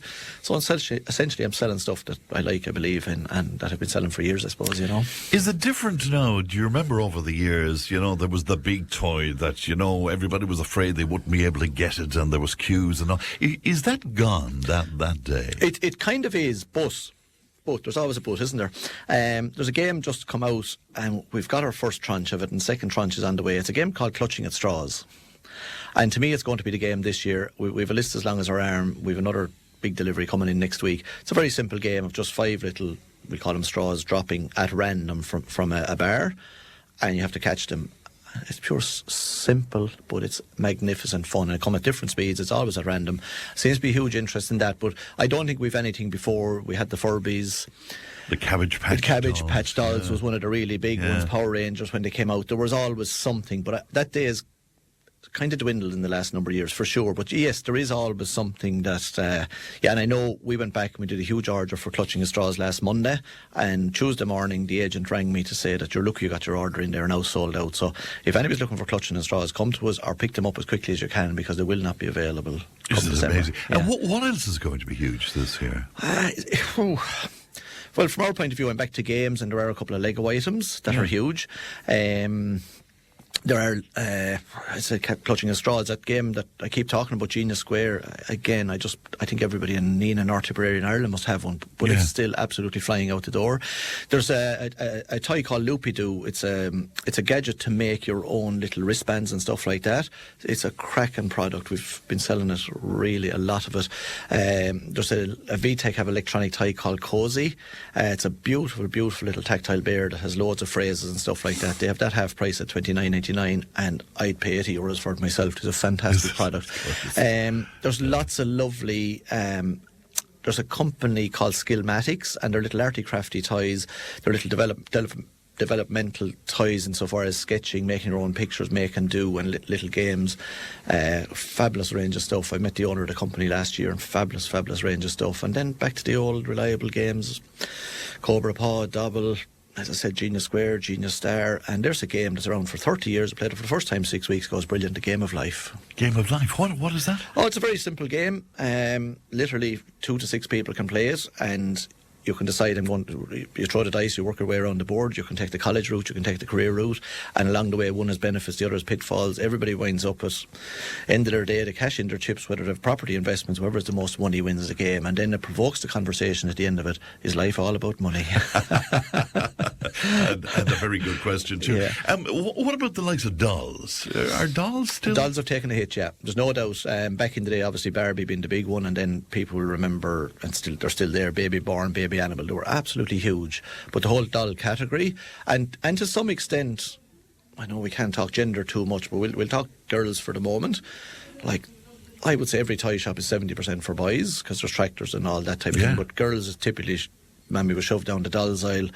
That really isn't there anymore. No, it's not. No. Even the bigger suppliers, their figures would indicate that. There are dolls, and of course you had the Barbie movie last year, and Wicked has been launched today, and I'll get in the plug. We've 3 for 2 on Wicked dolls just to tie in with the but Wicked is launched today. But the whole doll category, girls now as such, is typically arts and crafts is kind of the niche, and there's a range of top model stuff, and they're relatively cheap, anything from €5 to €15, and they're fairly detailed art and craft dolls. They are absolutely huge. But the whole girls category, if I can say it to be PC, Yeah, sure. is has been challenged, and that's not just this year, that's over the last decade. And Michael, what about soft toys and teddy bears and all of that? Is that Has morphed again. You still have your traditional Christmas teddy bear. There's been one around for the last couple of years. He's probably an 18-inch Paddington bear, huge seller. It's Paddington bear, and I said this won't sell maybe in Ireland, given and huge seller. Squishmallows were massive for a couple of years. The little TY beanies, they still sell away all the time, week in, week out, Christmas, summer, spring, autumn. They sell away. But again, that whole category of plush has shrunk in the last 10 years, yeah. It's interesting, and I remember when I was growing up, I mean, my favourite toys were the little Matchbox cars. Is there an equivalent now? There is, yeah. And is that still relevant? Oh, yeah, huge, yeah. Hot Wheels would be one of the biggest categories in the whole toy range. So Hot Wheels are... You can still get Matchbox. Can you? And if you have one in your old box, Fran, hold on to it, put it on eBay, you could be increasing your salary. But Matchbox still exists on a blister pack, but Hot Wheels are very, very, very big. But then you have if you remember the little orange track that you can put on a height and they do the loops, the whole Hot Wheels category would be one of the biggest categories in the whole toy range, Hot Wheels are still there. And then our own friends here at Banahans and Nenagh, they do a range of German die-cast called Siku. And anybody in the market will know, but Seiko do from Bugatti cars right up to Fendt tractors, all in 1 to 87, all kind of from $399 right up to $999. And again, week in, week out, 52 weeks of the year, child has a pain in their tummy, or child gets a tooth out, or child is crying, they'll get a little Very Seiko good. or because a Hot they're Wheels. Collectibles. They're little collectibles. There's great detail, and they never break. They really never break. They're extraordinary. Isn't it great? Yeah. Is there an equivalent to what I remember again, the Scale-X tricks? Is that what there's loads of equivalents, but I'm delighted to say Scale-X was bought over by Hornby, and Hornby went to the very brink, I think, of existence a couple of years ago, and we didn't have Scale-Electric or Hornby for 2 years, but I'm glad to say we have some Hornby and Scale-Electric back this year, and we're not too far apart age-wise. Was there anything better than playing with a car racing set over Christmas? Stop, it was the excitement of it, and I'm going to use the word pushing. I'm not pushing, but anybody's even looking at them, I'm on to them, just take it. It's the best thing ever. Mammy and daddy can play it, child can play it. Great fun. They're very robust. They're around for 50 years, not for a reason. They're around 50 years for a reason. They're really good, they're strong, they're durable, you can get the accessories, but it's great fun. All the big kids are out wondering about the train sets as well. You mentioned Hornby, they did trains for years, and still do, yeah. And I would be, many people might know, but I would, growing up, there was 2 things in my life, Hornby train sets and hurling, and I packed it all away. I have very valuable train sets, and when I get old, Fran, in another 20 years, I've told my wife Katrina, I'm going to do up the shed and do up my model railway again. Brilliant. I just think there's something wonderful about model railways. Unfortunately, in Nenagh, North Tipperary, it's a very niche market, but I just think it's a wonderful hobby here. Isn't it just? Indeed. You touched on the arts and crafts as well. I mean, the paint sets, all of that, are they still there? Oh, yeah. That's a perennial. If anything, the demand and the popularity has increased in recent years.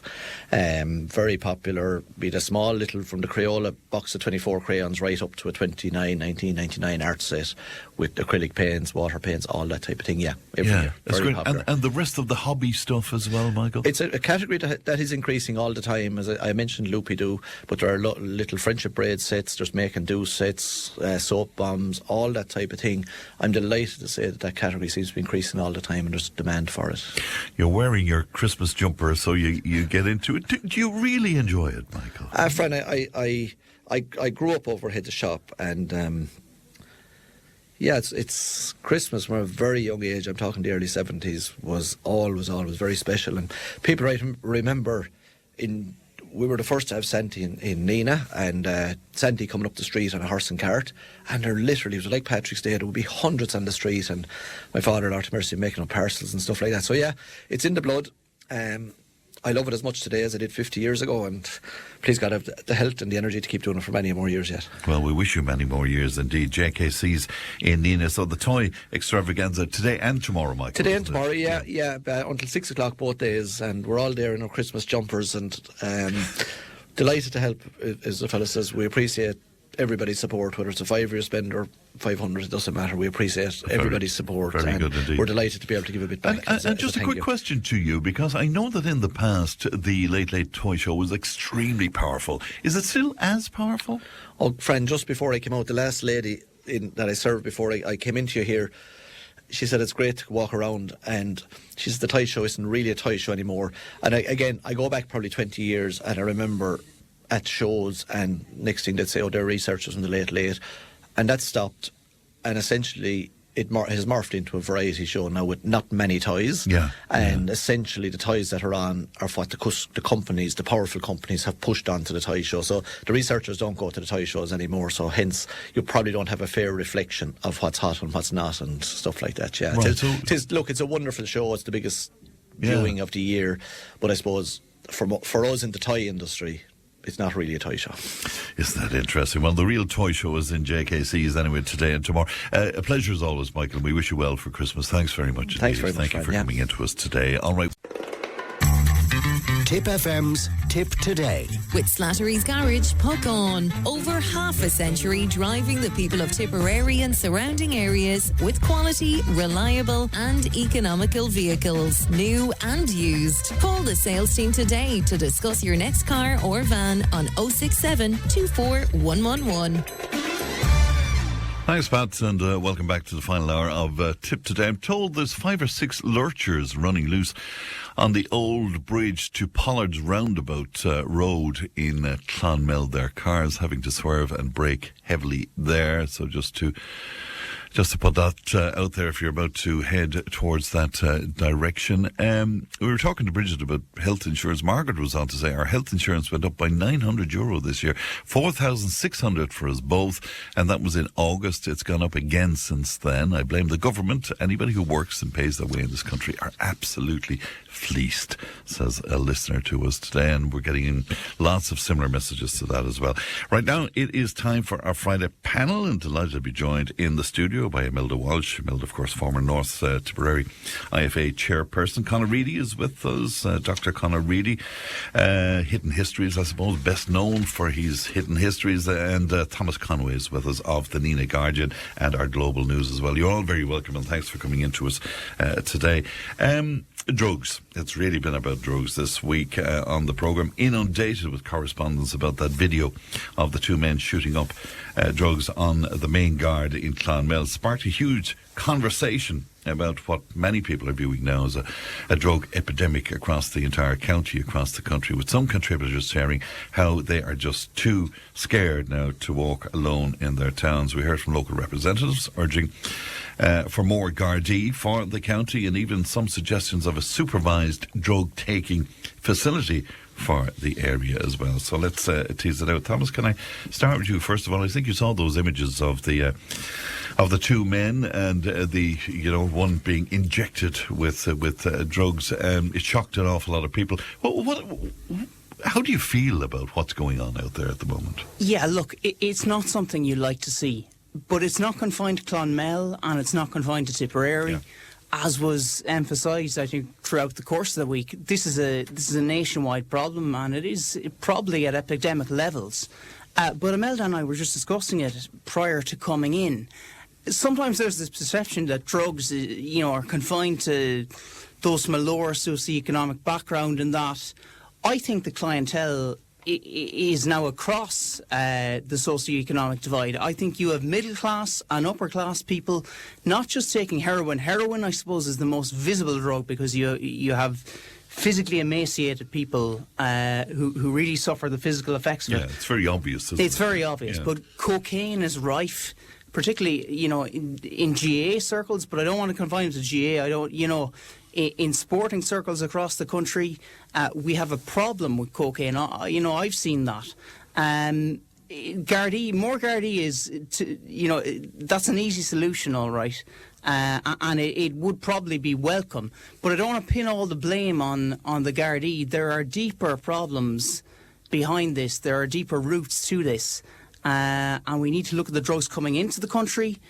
We need to look at the criminal offences that we're putting on people for taking drugs, and we need to get the message out there that drugs are not okay. They're equally, if not more, dangerous than excessive alcohol intake. And Thomas, to leave aside, as you say, the unfortunate incidents that we saw on those videos, you're saying to me it's become kind of mainstream now, is it? I mean, if people are out for a weekend, a couple of lines of coke, part of the evening, so it has become it has become normalised to a certain extent in society. You have people, these are people with jobs who these are people on Monday morning they go back to work and everything is high income jobs, using it almost as a functional drug, helping them function and that. And that is not okay.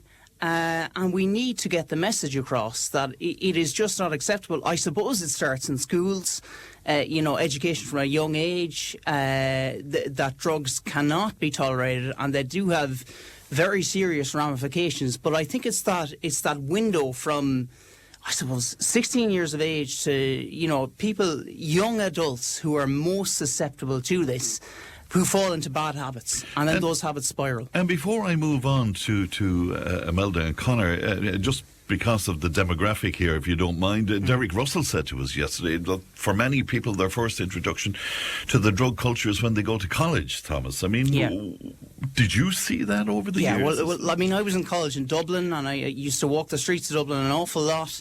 It's amazing. On one side of Liffey around Grafton Street, College Green and that, it's beautiful. You cross the O'Connell Bridge to O'Connell Street, in and around Jervis, places like that. And you do see visible signs of drug use. The boardwalk, many people will be familiar with the boardwalk in the Liffey. Yeah, now I think it's probably better police now, but that was infamous for drug use, and you could see it everywhere. So that was probably my first experience when I went to college. But make no mistake, it's here in Tipperary, as that video illustrated on Monday, whenever it was. It's right at home on our doorstep. Imelda, drugs, and I'm thinking maybe you could come at it from the angle of the farming community as well, because many of us might view farming as so far removed from this kind of thing. If only, Fran. Wow. No, it's across all every sector in society. And I suppose that reading recently a piece from Christy Burke, he was former Lord Mayor in Dublin, and he was making the point that the drug epidemic now is far worse than it was in the 1980s when we had, that whole heroin in Dublin. And at a time, I suppose, when the country was, say, when high taxes, high unemployment, was a lot of social issues going on. But he's making the point it's far worse. But Fran, and I suppose, and I can understand people, your listeners' concerns in relation when you do see people shooting up, and it's visibly upsetting to look at and everything else, and it is far too simplistic to blame the Gardaí that they're not doing enough in relation to it. We'll say obviously we do need more Gardaí, but the Gardaí we have, they can only do what they can do within the resources that they have. And I suppose in particular I'm thinking of the fact that even here in Tipperary we're linked in with Clare. Like Tipperary is county big enough on its own that we need our own Garda resources within Tipperary, and only one Garda coming out from Templemore last week being assigned in the county of Tipperary. I think he's into Clonmel. And look, we need more numbers, but it's like everything. All would say the Department of Justice in relation to the amount of people that actually apply and go into Templemore, and those numbers need to grow, and they need to grow hugely. But it's a massive problem across every sector. And I suppose, Fran, it's when we see it on the streets, we're horrified. But there's a whole hidden side of it in relation to professional people across all professions. And it is nearly seen as acceptable. And by people in high-powered jobs, we say having working long hours, long shifts in professional occupations. And I think they're taking them. And in the past, I suppose, you maybe went out to the weekend, maybe drank too much, you'd hang over on a Monday. That now has been replaced by taking your line of cocaine, giving you the same high, but being able to function for work on Monday morning. It's hugely concerning in respect of it. And that's all fine until it gets out of hand. Until it gets out of hand, exactly. But you see, when we don't see it, it's like all of the problems we have in this country. It's when they're not visible to us. When we're, if we see it, we're upset by what we can see. But when we don't see it, it's more than like the images across the world in starving children and everything else. We get visibly upset when we see them. But if we don't see them, we're far removed from them. And they're only in our mind when we can visibly see them. But I would be as concerned, and maybe more concerned, in relation to the drug use that we're not seeing, that it isn't visible to us, but it's taking place every weekend in every pub and every club across the country. And seen as being acceptable. Being seen as being acceptable. that is the point I really want to make, Fran. Well, does it dawn on them that they are funding criminality when they're doing that, though? You know? I think they don't even think of it in respect of that. I don't think they think about where this line of cocaine has come from, or the background in relation to all of it coming into the country, or in relation to the long-term health effects for their brains, for them, for their, I suppose, their whole well-being and everything else. Mental health well-being. And that's the huge issue, Fran, I suppose, even in relation to, I suppose, the services, mental health services, we'll say addiction clinics and all of that.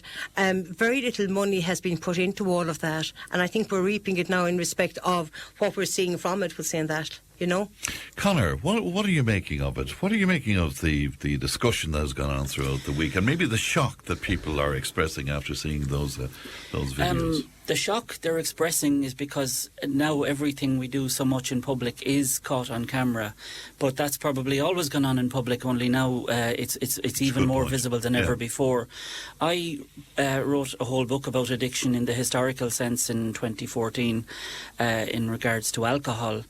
And one thing that what's missing now, Imelda alluded to it there, but I think in the whole national discussion about this is we are not exploring, we're talking about policing this, we're blaming the Gardaí, which I think is for the most part grossly unfair. Could we do with more Gardaí? Well, of course we could across all sectors of policing. We know that's been talked about this week. But what we're not getting at are the root causes here. We should be attacking this. We're a small country. Why is it that so many large numbers of people in all socioeconomic groups, as my friends here have said, why are they feeling the need to turn to mind-altering substances? Why do they need to escape their state of mind, their state of normality that they exist in order to find a new and more harmful state? That's an interesting angle on it. So that hasn't come up. Yeah, and I think that if we were, proactive about this, I think that's something big we should be discussing and addressing. But some people might be saying to you as well, Conor, that we've been doing that with drink for generations, though. And that's the book I wrote in 2014, looking at the situation about 100 years earlier. And I mean, honestly, there were far more robust discussions in the 1880s, 90s, the 1910s, early 1900s about the causes of alcoholism, not just the effects, and not alcoholism, but drunkenness, as it was referred to. And it's the same with drug taking now. We're looking and drug abuse, and we look at those horrific videos, and we're spending a lot of time talking about the effects.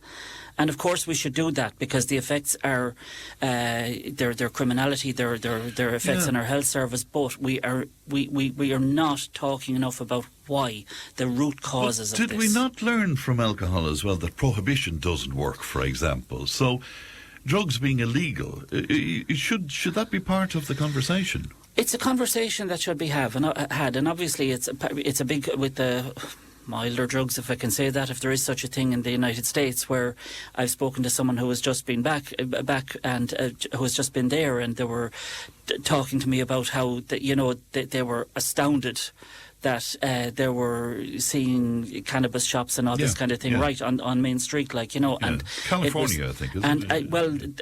And Nevada as well, and so basically. I think that we spend a lot of time, and rightly so, because one of the effects and the key effects for people, as was demonstrated with the Clonmel videos, was that this is open on our streets. It's I presume a criminal act, what we saw in the video, but it also leads to all the other forms of criminality we know about. But I think, and that's awful, and I would, people are entitled to be angry about being victims of criminality that originate from drug use and abuse. However, we have to see, well, nobody goes into that lifestyle on purpose. Why are people falling into that lifestyle? Thomas made an excellent point at the start. we see those people because maybe that's a socio-economic status and group that they're part of. But what are we seeing behind closed doors? We're seeing people that have resources so rich that they, and plentiful that they don't need to do it in the public sphere. And their status as well. And remember, Fran, remember we've seen this illustrated in this country in two very high-profile ways. Remember Jerry Ryan's inquest? Sure. What was revealed there? Yeah. Katie French, the model, a year or two before him, maybe or after him, I'm not sure. These were people, she in particular, on the path to, probably a great career. And him at the top of his game. Yeah. And so it's across the board. It's right across the board. What also emerged, Thomas, I think it was Thomas Ryan that brought it up first, was the idea that, okay, should we acknowledge that we have this as an issue, and then should we have facilities, for example, for people to have clean needles, and, should they be allowed to take drugs in some sort of a facility that is supervised in some way? How do you feel about that? I think it might be the way to go. I know there is one, the Merchants Quay Injection Centre in Dublin. Yes. There was a lot of controversy about that. A lot of controversy about that, but it was opened at the beginning of this year, and I think there was relatively high usage. So I think you have to treat people. Certain people are victims of this. We talk about those in higher socioeconomic groups who can afford to do it behind closed doors, but there are people who come from deprivation, who fall into poor circumstances, who just cannot help themselves. And they deserve to be helped. They deserve a pathway out of this. So we had a relation of one of the gentlemen in question, and she said, that these were babies. These were kids. They were, they weren't born like this in some way. I mean, that they are victims of their situation. Yeah, indeed. And I mean, they have to be helped. They deserve our help. And I know people will be uncomfortable. Well, what are you giving people? What are you giving people drugs for? That's ridiculous. But it's probably a compassionate way of helping people out of this. And if it's done in a measured way, I think it might be the way to go. And legalising, how do you feel about that, Imelda? It's a tough conversation. It is a tough conversation within that. I suppose cannabis is the one that springs to mind in respect to that. To me, any of the drugs, they will have a long-term effect on your health and well-being. There's no point saying they're not. But I suppose just to pick up on something Thomas said, and we're talking about relation to, I suppose, clinics or facilities in respect to people that are shooting up. But what about people that we don't see doing those things? And obviously, in my opinion, it will be having an impact on their day-to-day jobs. They're possibly in jobs of huge responsibility, and that any of us here or any of your listeners are availing of. In respect of those, I think we can't have the conversation and just focus on the people that we can see on our streets doing it. To me, it's far broader than that. But I think a lot of this, even in relation to, I suppose, even with the high-powered jobs, the pressures associated with them in relation to getting results, we'll say targets, everything else that goes with that, and the whole mental health, because there's so little resources being put into mental health, or people crying out, like the amount of suicides we have in this country.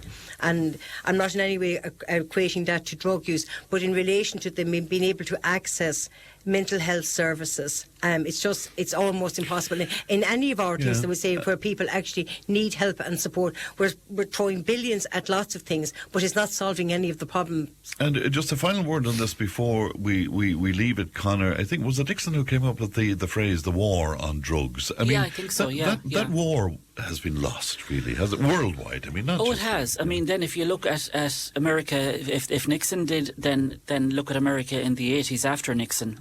And they were flooded with cocaine from, famously, Colombia. Yeah. And worldwide, because of increased globalisation, because of increased movement of people all across the world, you see more opportunities than ever. You saw, was it last year or the year before, a boat tracked across the Atlantic into Irish waters, and one of the biggest drug hauls ever in this part of the world, not just in Ireland, but in European waters. So it is an industry, it's a vast industry, but it's an industry with so many layers, so much criminality behind it, and as I say, the mass movement of people. We've moved now more than we ever have done before in human history, and the opportunities for that trade, that illicit trade, have never been greater. and that's a big problem. So it's a war that is being lost. All right, let's on that sober note, let's take a break. We'll be back with our panel in just a moment. Tipp FM's Tipp Today.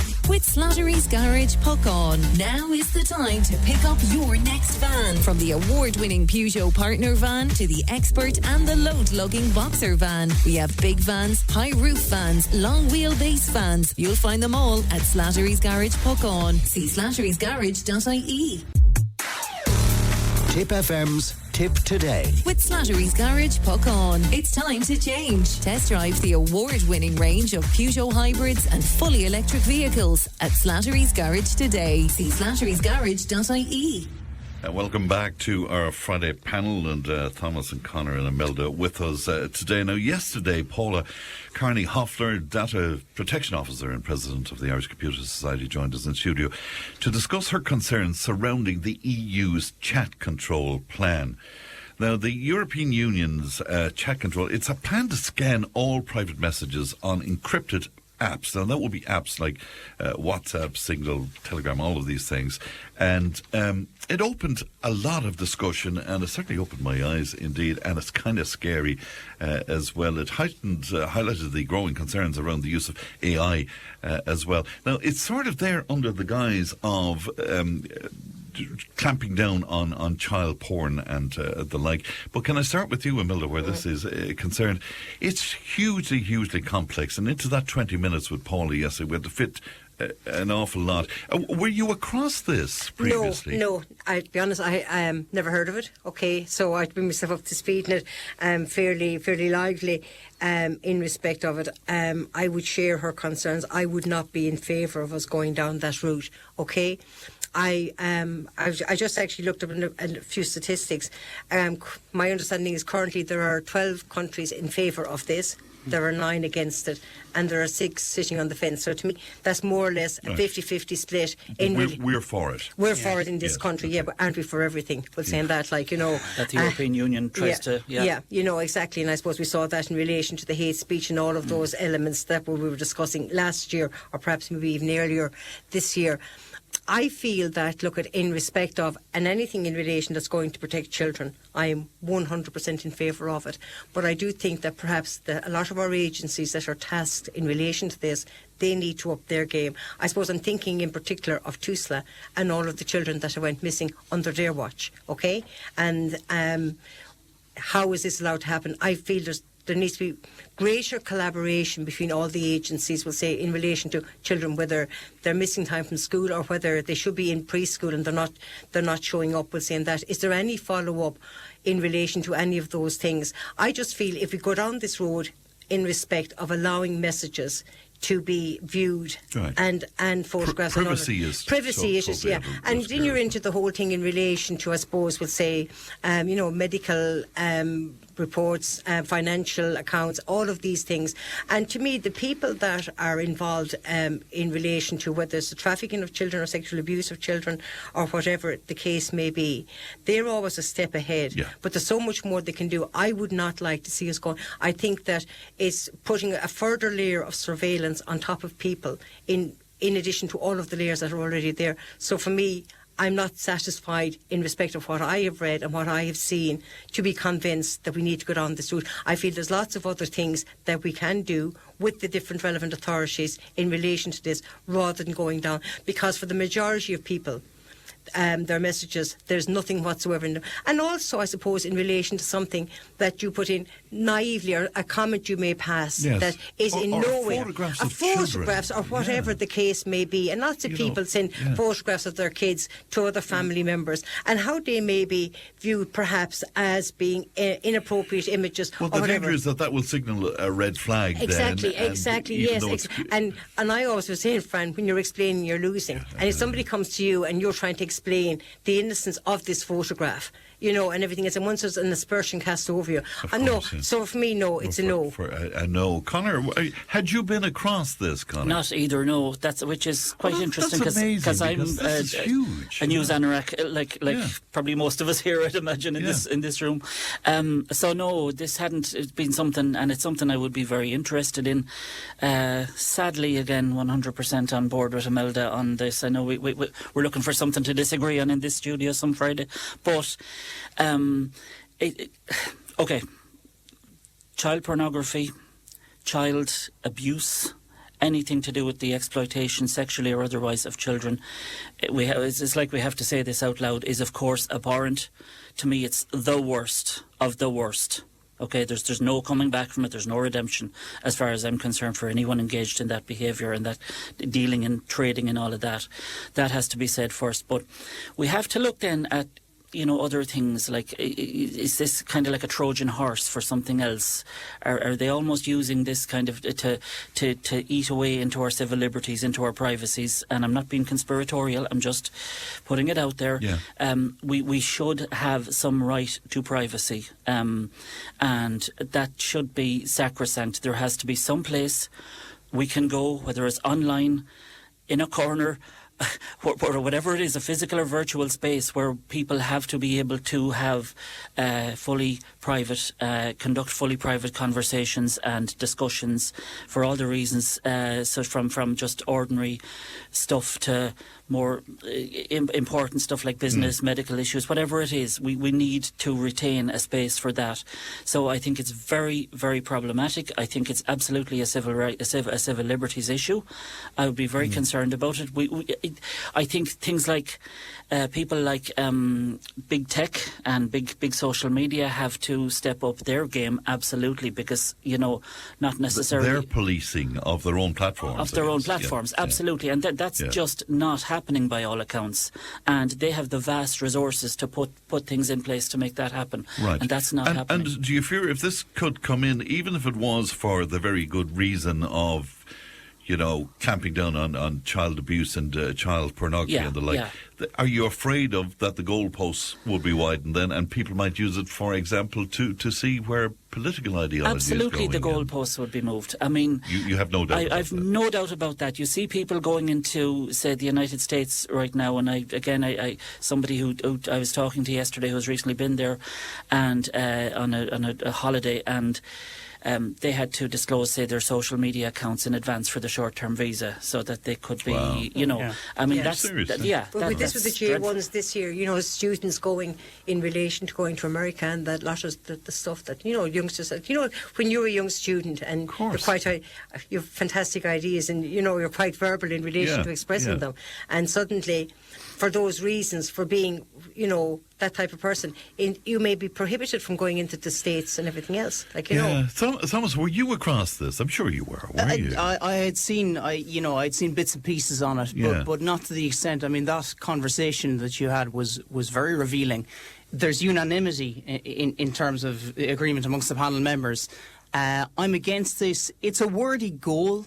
I mean, obviously, the prevention of child sex abuse imagery is indeed a worthy goal.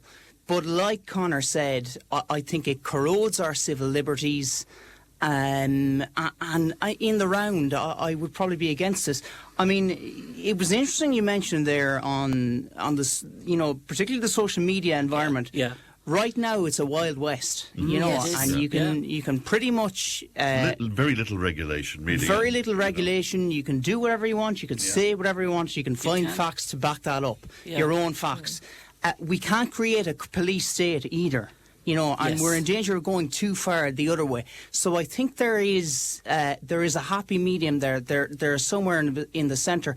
But as far as this chat control thing is, I would be very reluctant to embrace anything that erodes our own individuality and privacy. Because already, I think we will. I hate to promote anything that happens in national media, but I was listening to a program last weekend about AI. And it scared the living you-know-what out of me, because the guy who was the father of it, who won the Nobel Prize for Science, ended up getting out of it, selling it onto Google, and now is talking about the harm that it could potentially cause, and possibly wiping us out within decades. I mean, it's scary stuff, isn't it? Oh, it's very arresting. Like it is very, very scary. I mean, it can do more or less anything. I think. What hammered it home to me was that Catherine Connolly deepfake video during the election campaign, in which she withdrew from the race, and that was stunning. Just the sheer how realistic it was. And if you didn't know, but it almost had me fooled, and I would be tuned into the news. Quite savvy in respect of it, And again, Imelda, we're not across this enough. No, and like Thomas talking there about Catherine Connolly, I got a text that night from a friend of mine that had been out, saw it on Twitter. I still call it Twitter, even though it's X, and just texted me, has Catherine Connolly withdrawn? I know, and it was so real in relation to Sharon Viola and Paul Cunningham. The whole thing was so real. But like the whole AI thing in respect of, it's even like there was an image put out there that Buckingham Palace had Christmas markets, at the palace. In actual fact, it's a shop. But they portrayed it in such a way with AI, they gave the impression, we'll say, that there was a Christmas markets there. They have one shop that they've opened this year with a little coffee dock, and that's all it is. But with AI, they gave the illusion that suddenly there was all these Christmas markets at Buckingham Palace. People wouldn't have found it that unusual or having been surprised, I suppose, in relation to where the royalty is at in the UK, and I suppose anything that was going to give them brownie points with the public and all that's going on in the UK. But even in relation to the whole AI in respect of people doing presentations, giving speeches, that none of this, a lot of what we're seeing now isn't a person's own work. Like if I'm doing something, or any of us here, we'll go and we'll do our research, and if I'm doing a presentation, it's my work, warts and all, but like so much of it, and it's coming out, and it's fake, it's not real, it's not a person's thought. They're just going in there, they're saying, I want this or I want that, and it's coming out. But even in relation to our students going forward, in respect of, not doing their own work, and it's all being, at college level, giving in papers, doing theses on something that is AI. Yeah, you spent time in academia, Conor. I mean, is it scary where all of this is going? I'm glad I'm not in it now for that reason, actually, because I speak to colleagues all the time, and I mean, in academia, I know what they're trying to come up with now is other AI, or find other AI that will detect AI among student work. So that's we're having to use AI to root out AI in a sense. So this is kind of surrendering a lot to to technology in order to figure out what's real and what's not real. You know what the scary thing about it is? I know it's not any great, revelation from me. We have only scratched the surface of what's coming. Yes. Absolutely. And that's the scary part. Mm-hmm. Absolutely. And I was about to say that. I mean, what we're talking about is really scratching the surface of it. I mean, in terms of this artificial intelligence becoming conscious in some way, and maybe the lengths it will go to protect itself. I mean, it sounds like, well, you see, you have dystopian, isn't it? It is. Well, it is, Thomas, and you have big tech there then that are kind of and the inventors and the creators and the engineers and the scientists behind this, who are, like everyone in their field, trying to push the boundaries to see what's possible. But unfortunately, should what's possible always be what's allowable? And I heard about the funding of this as well. 99.56 or something of the spend is developing the AI, and the rest of it, which is a tiny percentage, is looking at the harms. Yeah, that is very frightening. That's hugely frightening. And I mean, where is it going to go next? That is the question. I think it is already in the process of overtaking humanity, and it's going to leap forward even more in the years to come. Yeah, because what's it going to be like to have something that is far more intelligent than us, supposedly working for us, but how long would that be? Exactly, that will become surplus to requirements. Or subservient to it. Exactly, No, but it is hugely concerning, the levels that it's at already, and we're only now talking about it, but you just wonder in the next 5 to 10 years, but we say even in relation to, I suppose, elections, all of this, it's absolutely for sure scary what's going on. Paula is organising a day where we're going to talk about it in detail. We're going to hear from experts on this, and we're going to try and that would certainly, I think, we very, very worthwhile, Fran. All right, let's take a break. We'll be back with our panel in just a moment.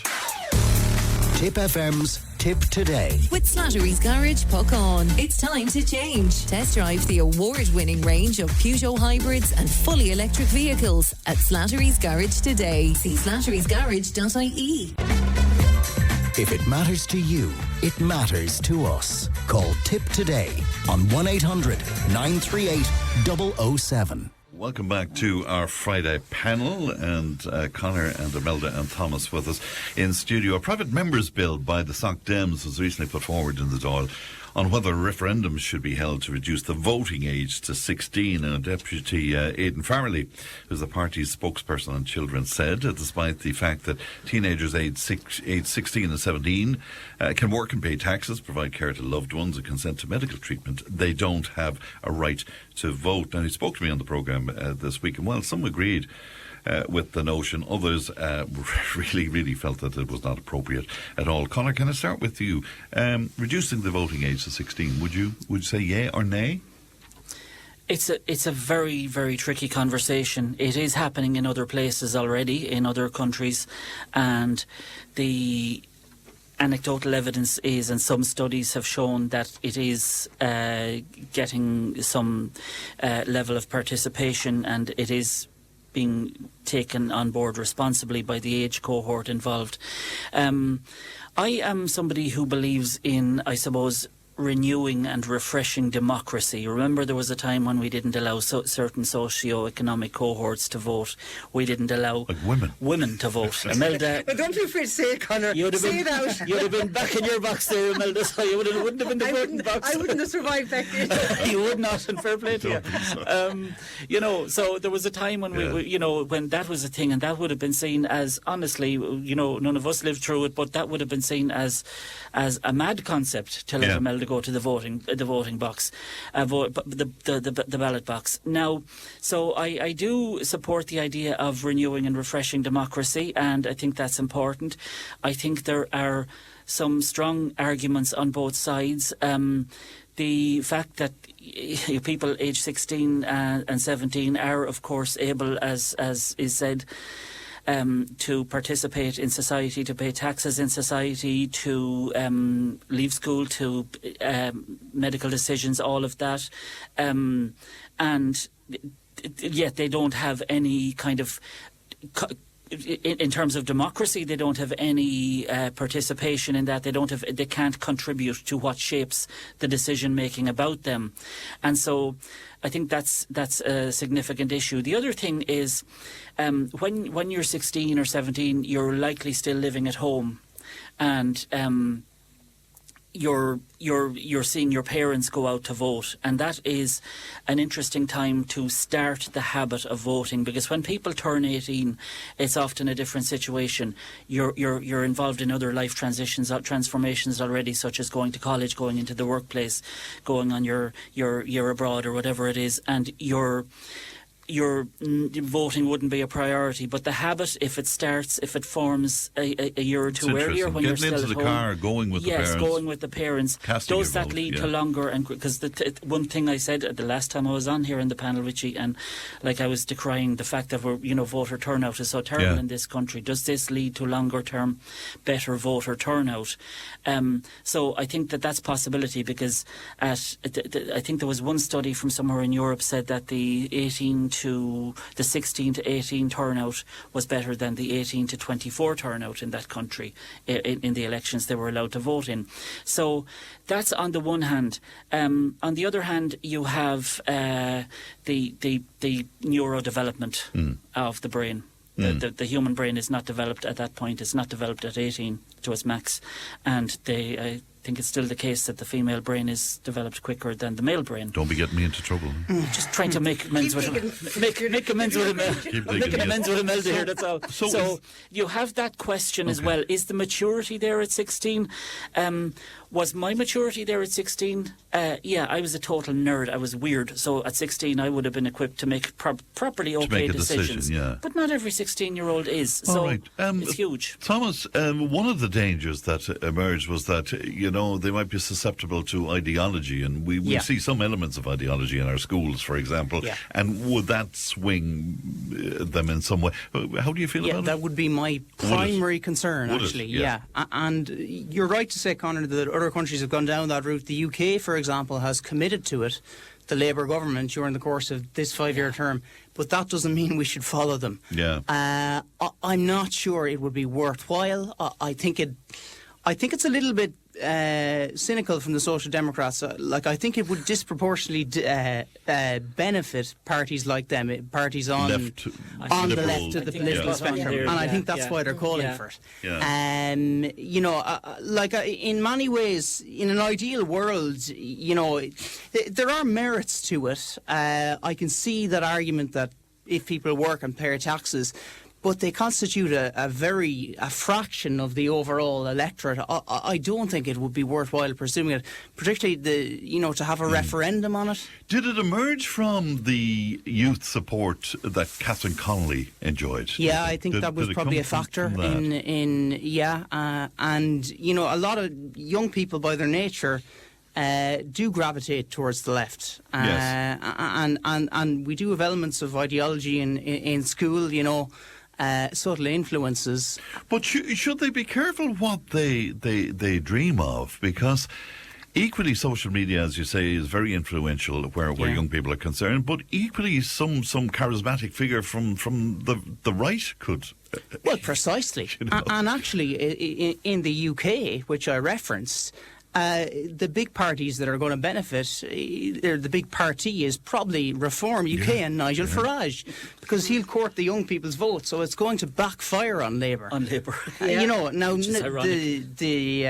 the Liberal Democrats may do well, the Greens may do well out of it, but Farage is the man of the moment, really, and it's going to backfire. So I would caution the Social Democrats here.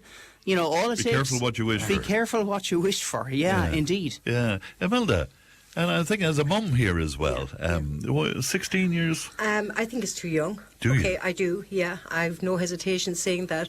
I suppose when the vote came in for 18-year-olds back at the time, you'll have to appreciate that at 18, an awful lot of people would have been out working in the workforce.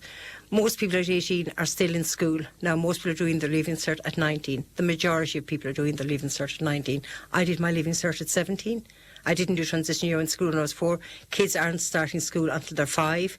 But what I would like to see is more SPHE in school in relation to civics and all of this, making them aware of how government is run, all the layers with it. But I think that what's far more important is engaging with disengaged voters and why we've such low turns out in everything else, why we've so many spoiled votes. I think there's a far bigger job of work to be done there. I think when you're 16, because you're possibly going maybe in transition, you're going into 5th year, you're trying to decide on your future path, what career you want to do. There's opportunity, you're going to be able to vote for the rest of your life, whatever length that may be. I think it is too young. I don't see any real benefits, but I do see benefits in young people in forums where they can feed into... I think isn't there something with the President, because I think that Heather Humphrey suggests setting up something that was already in situ, and that these need to be used more, and that young people have their voice, and young people are fantastic, and we saw them in relation to the whole climate action and and on the Fridays the schools and everything else, and that's wonderful, and we need to encourage that. But we say as regards voting, I don't think would say at 16 years of age, because his media is influencing you, and Thomas is completely right in relation to the far right and everything else. And to me, there's quite, like we talk about the left, but to me there's as equally as many people that are gravitating towards the far right, and they're not all people of a certain age either. So we need to be careful here, and the Social Democrats, be careful what you wish for. All right, okay. So you would say no. I think you would say no, Thomas. No. Would you? But you're saying maybe. I'm on the fence. You're on the fence. I'm on the fence. Now, I would say though that say if we did go down that route of 16 to 17-year-old voting. What in another 10, 15 years if someone comes along, some successor party or some group and says, well, why aren't we letting 13 and 14-year-olds vote? Okay. I mean, we have a little friend called Oscar. He's 8 or 9. Should we be letting him vote at some point in the future? So where does it stop? Right. Okay. Do you know what I mean? Interesting one. Yeah. We only have a few moments left, and I just want to touch on this because this week we spoke to Jennifer Darmody from the Competition and Consumer Protection Commission, and she highlighted new figures that revealed that 60% of people who made an unplanned purchase have regretted it, and there's huge opportunities now, of course, for those purchases with Black Friday and Techie Monday and all of these kind of things. Huge reaction to this. So, Thomas, are you a victim of impulse buying? The stock market, would you believe? Stock market? She didn't expect that answer now. I had a friend who's a very good investor, and he influenced me and encouraged me and willed me on, and I put money in the stock market. Now, I was able to withdraw it before I lost too much, but I didn't have my homework done. Sorry for laughing, but so did you lose? You did? Well, no, only a very nominal amount. Sorry. I quickly realised that I am not equipped for this. I have not done sufficient research, and this was an impulse investment. So there you go. I must tell you about a brilliant editing company you can invest in, which is really the future. Really, it's a much better. Somebody is trying to sell you a bridge in San Francisco. That's interesting. And what about just general purchases? Yeah, then? I think. Are you the kind of person who would see something online and say, "Yeah, I need that"? And to an extent, I think what's fatal is the tap on the phone. You know, in supermarkets or in shops, it just makes it so easy to buy, and you know, when you have to physically take out your card, you think about it a lot more. You know, seeing that we're all sharing, I had a few glasses of wine one night, and I bought a church organ online. And luckily, a community group came on afterwards and said, "Look, we know you bought that, but is there any way we can have it for our community?" I said, "Oh, thanks be to God. Yeah, I got rid of the church organ." At least you went to a good home, Fran. So there you go. What about you, Imelda? Did you buy a church organ online? No, I'm not impulsive in any matter. I mean, I'm assertive and I'm definitive. When I make my mind up on something, I'd have my views. It'd be very hard to change my opinion. Okay. Extremely so, yeah. Right. No, I wouldn't be impulsive at all. I'd buy what I'd want or need if I wanted it, but I wouldn't just if I saw this handbag or shoes. But to me, there's a far deeper thing here, and it's just even in relation to impulse buying. And there is a cohort of people out there, and that possibly can't even afford it, but we say overstretch their credit cards because they are impulsive in relation. It's filling a gap in other things that we spoke about earlier in relation to other issues. And there is, and that would be my concern. But there is people out there that are spending money on impulse shopping that they cannot afford. You know, that would be And that's the danger. Conor, what about you? Impulse buying? I'm so boring compared to Thomas now. This is, and you actually, to be honest with you, this is actually shocking. No, I'm afraid I'm on Team Ballywilliam here with Imelda, and we are definitely. Yeah, I suppose I have done, but it'll be small little things. Do you know what I mean? It could be something like a box of crisps or something like that. Do you know what I mean? Because that's my failing. You're such an exciting person. No, absolutely. Do you know, you should have a look at the church organs. Huh? Listen, I know for a fact here in Enid they were looking out for they had problems with the church organ, so don't.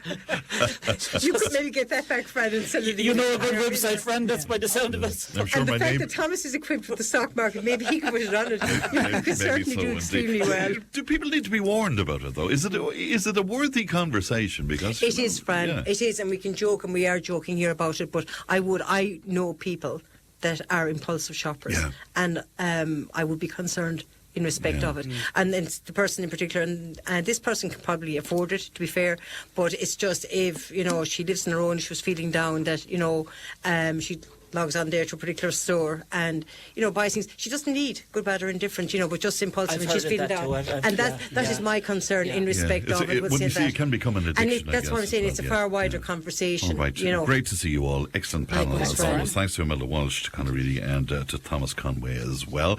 And that's it for me. Leanne produced, Ali looks after content. Stephen has a time tunnel on the lunchtime show, and I'll talk to you on Monday. Have a great weekend. Look after yourselves. Bye now.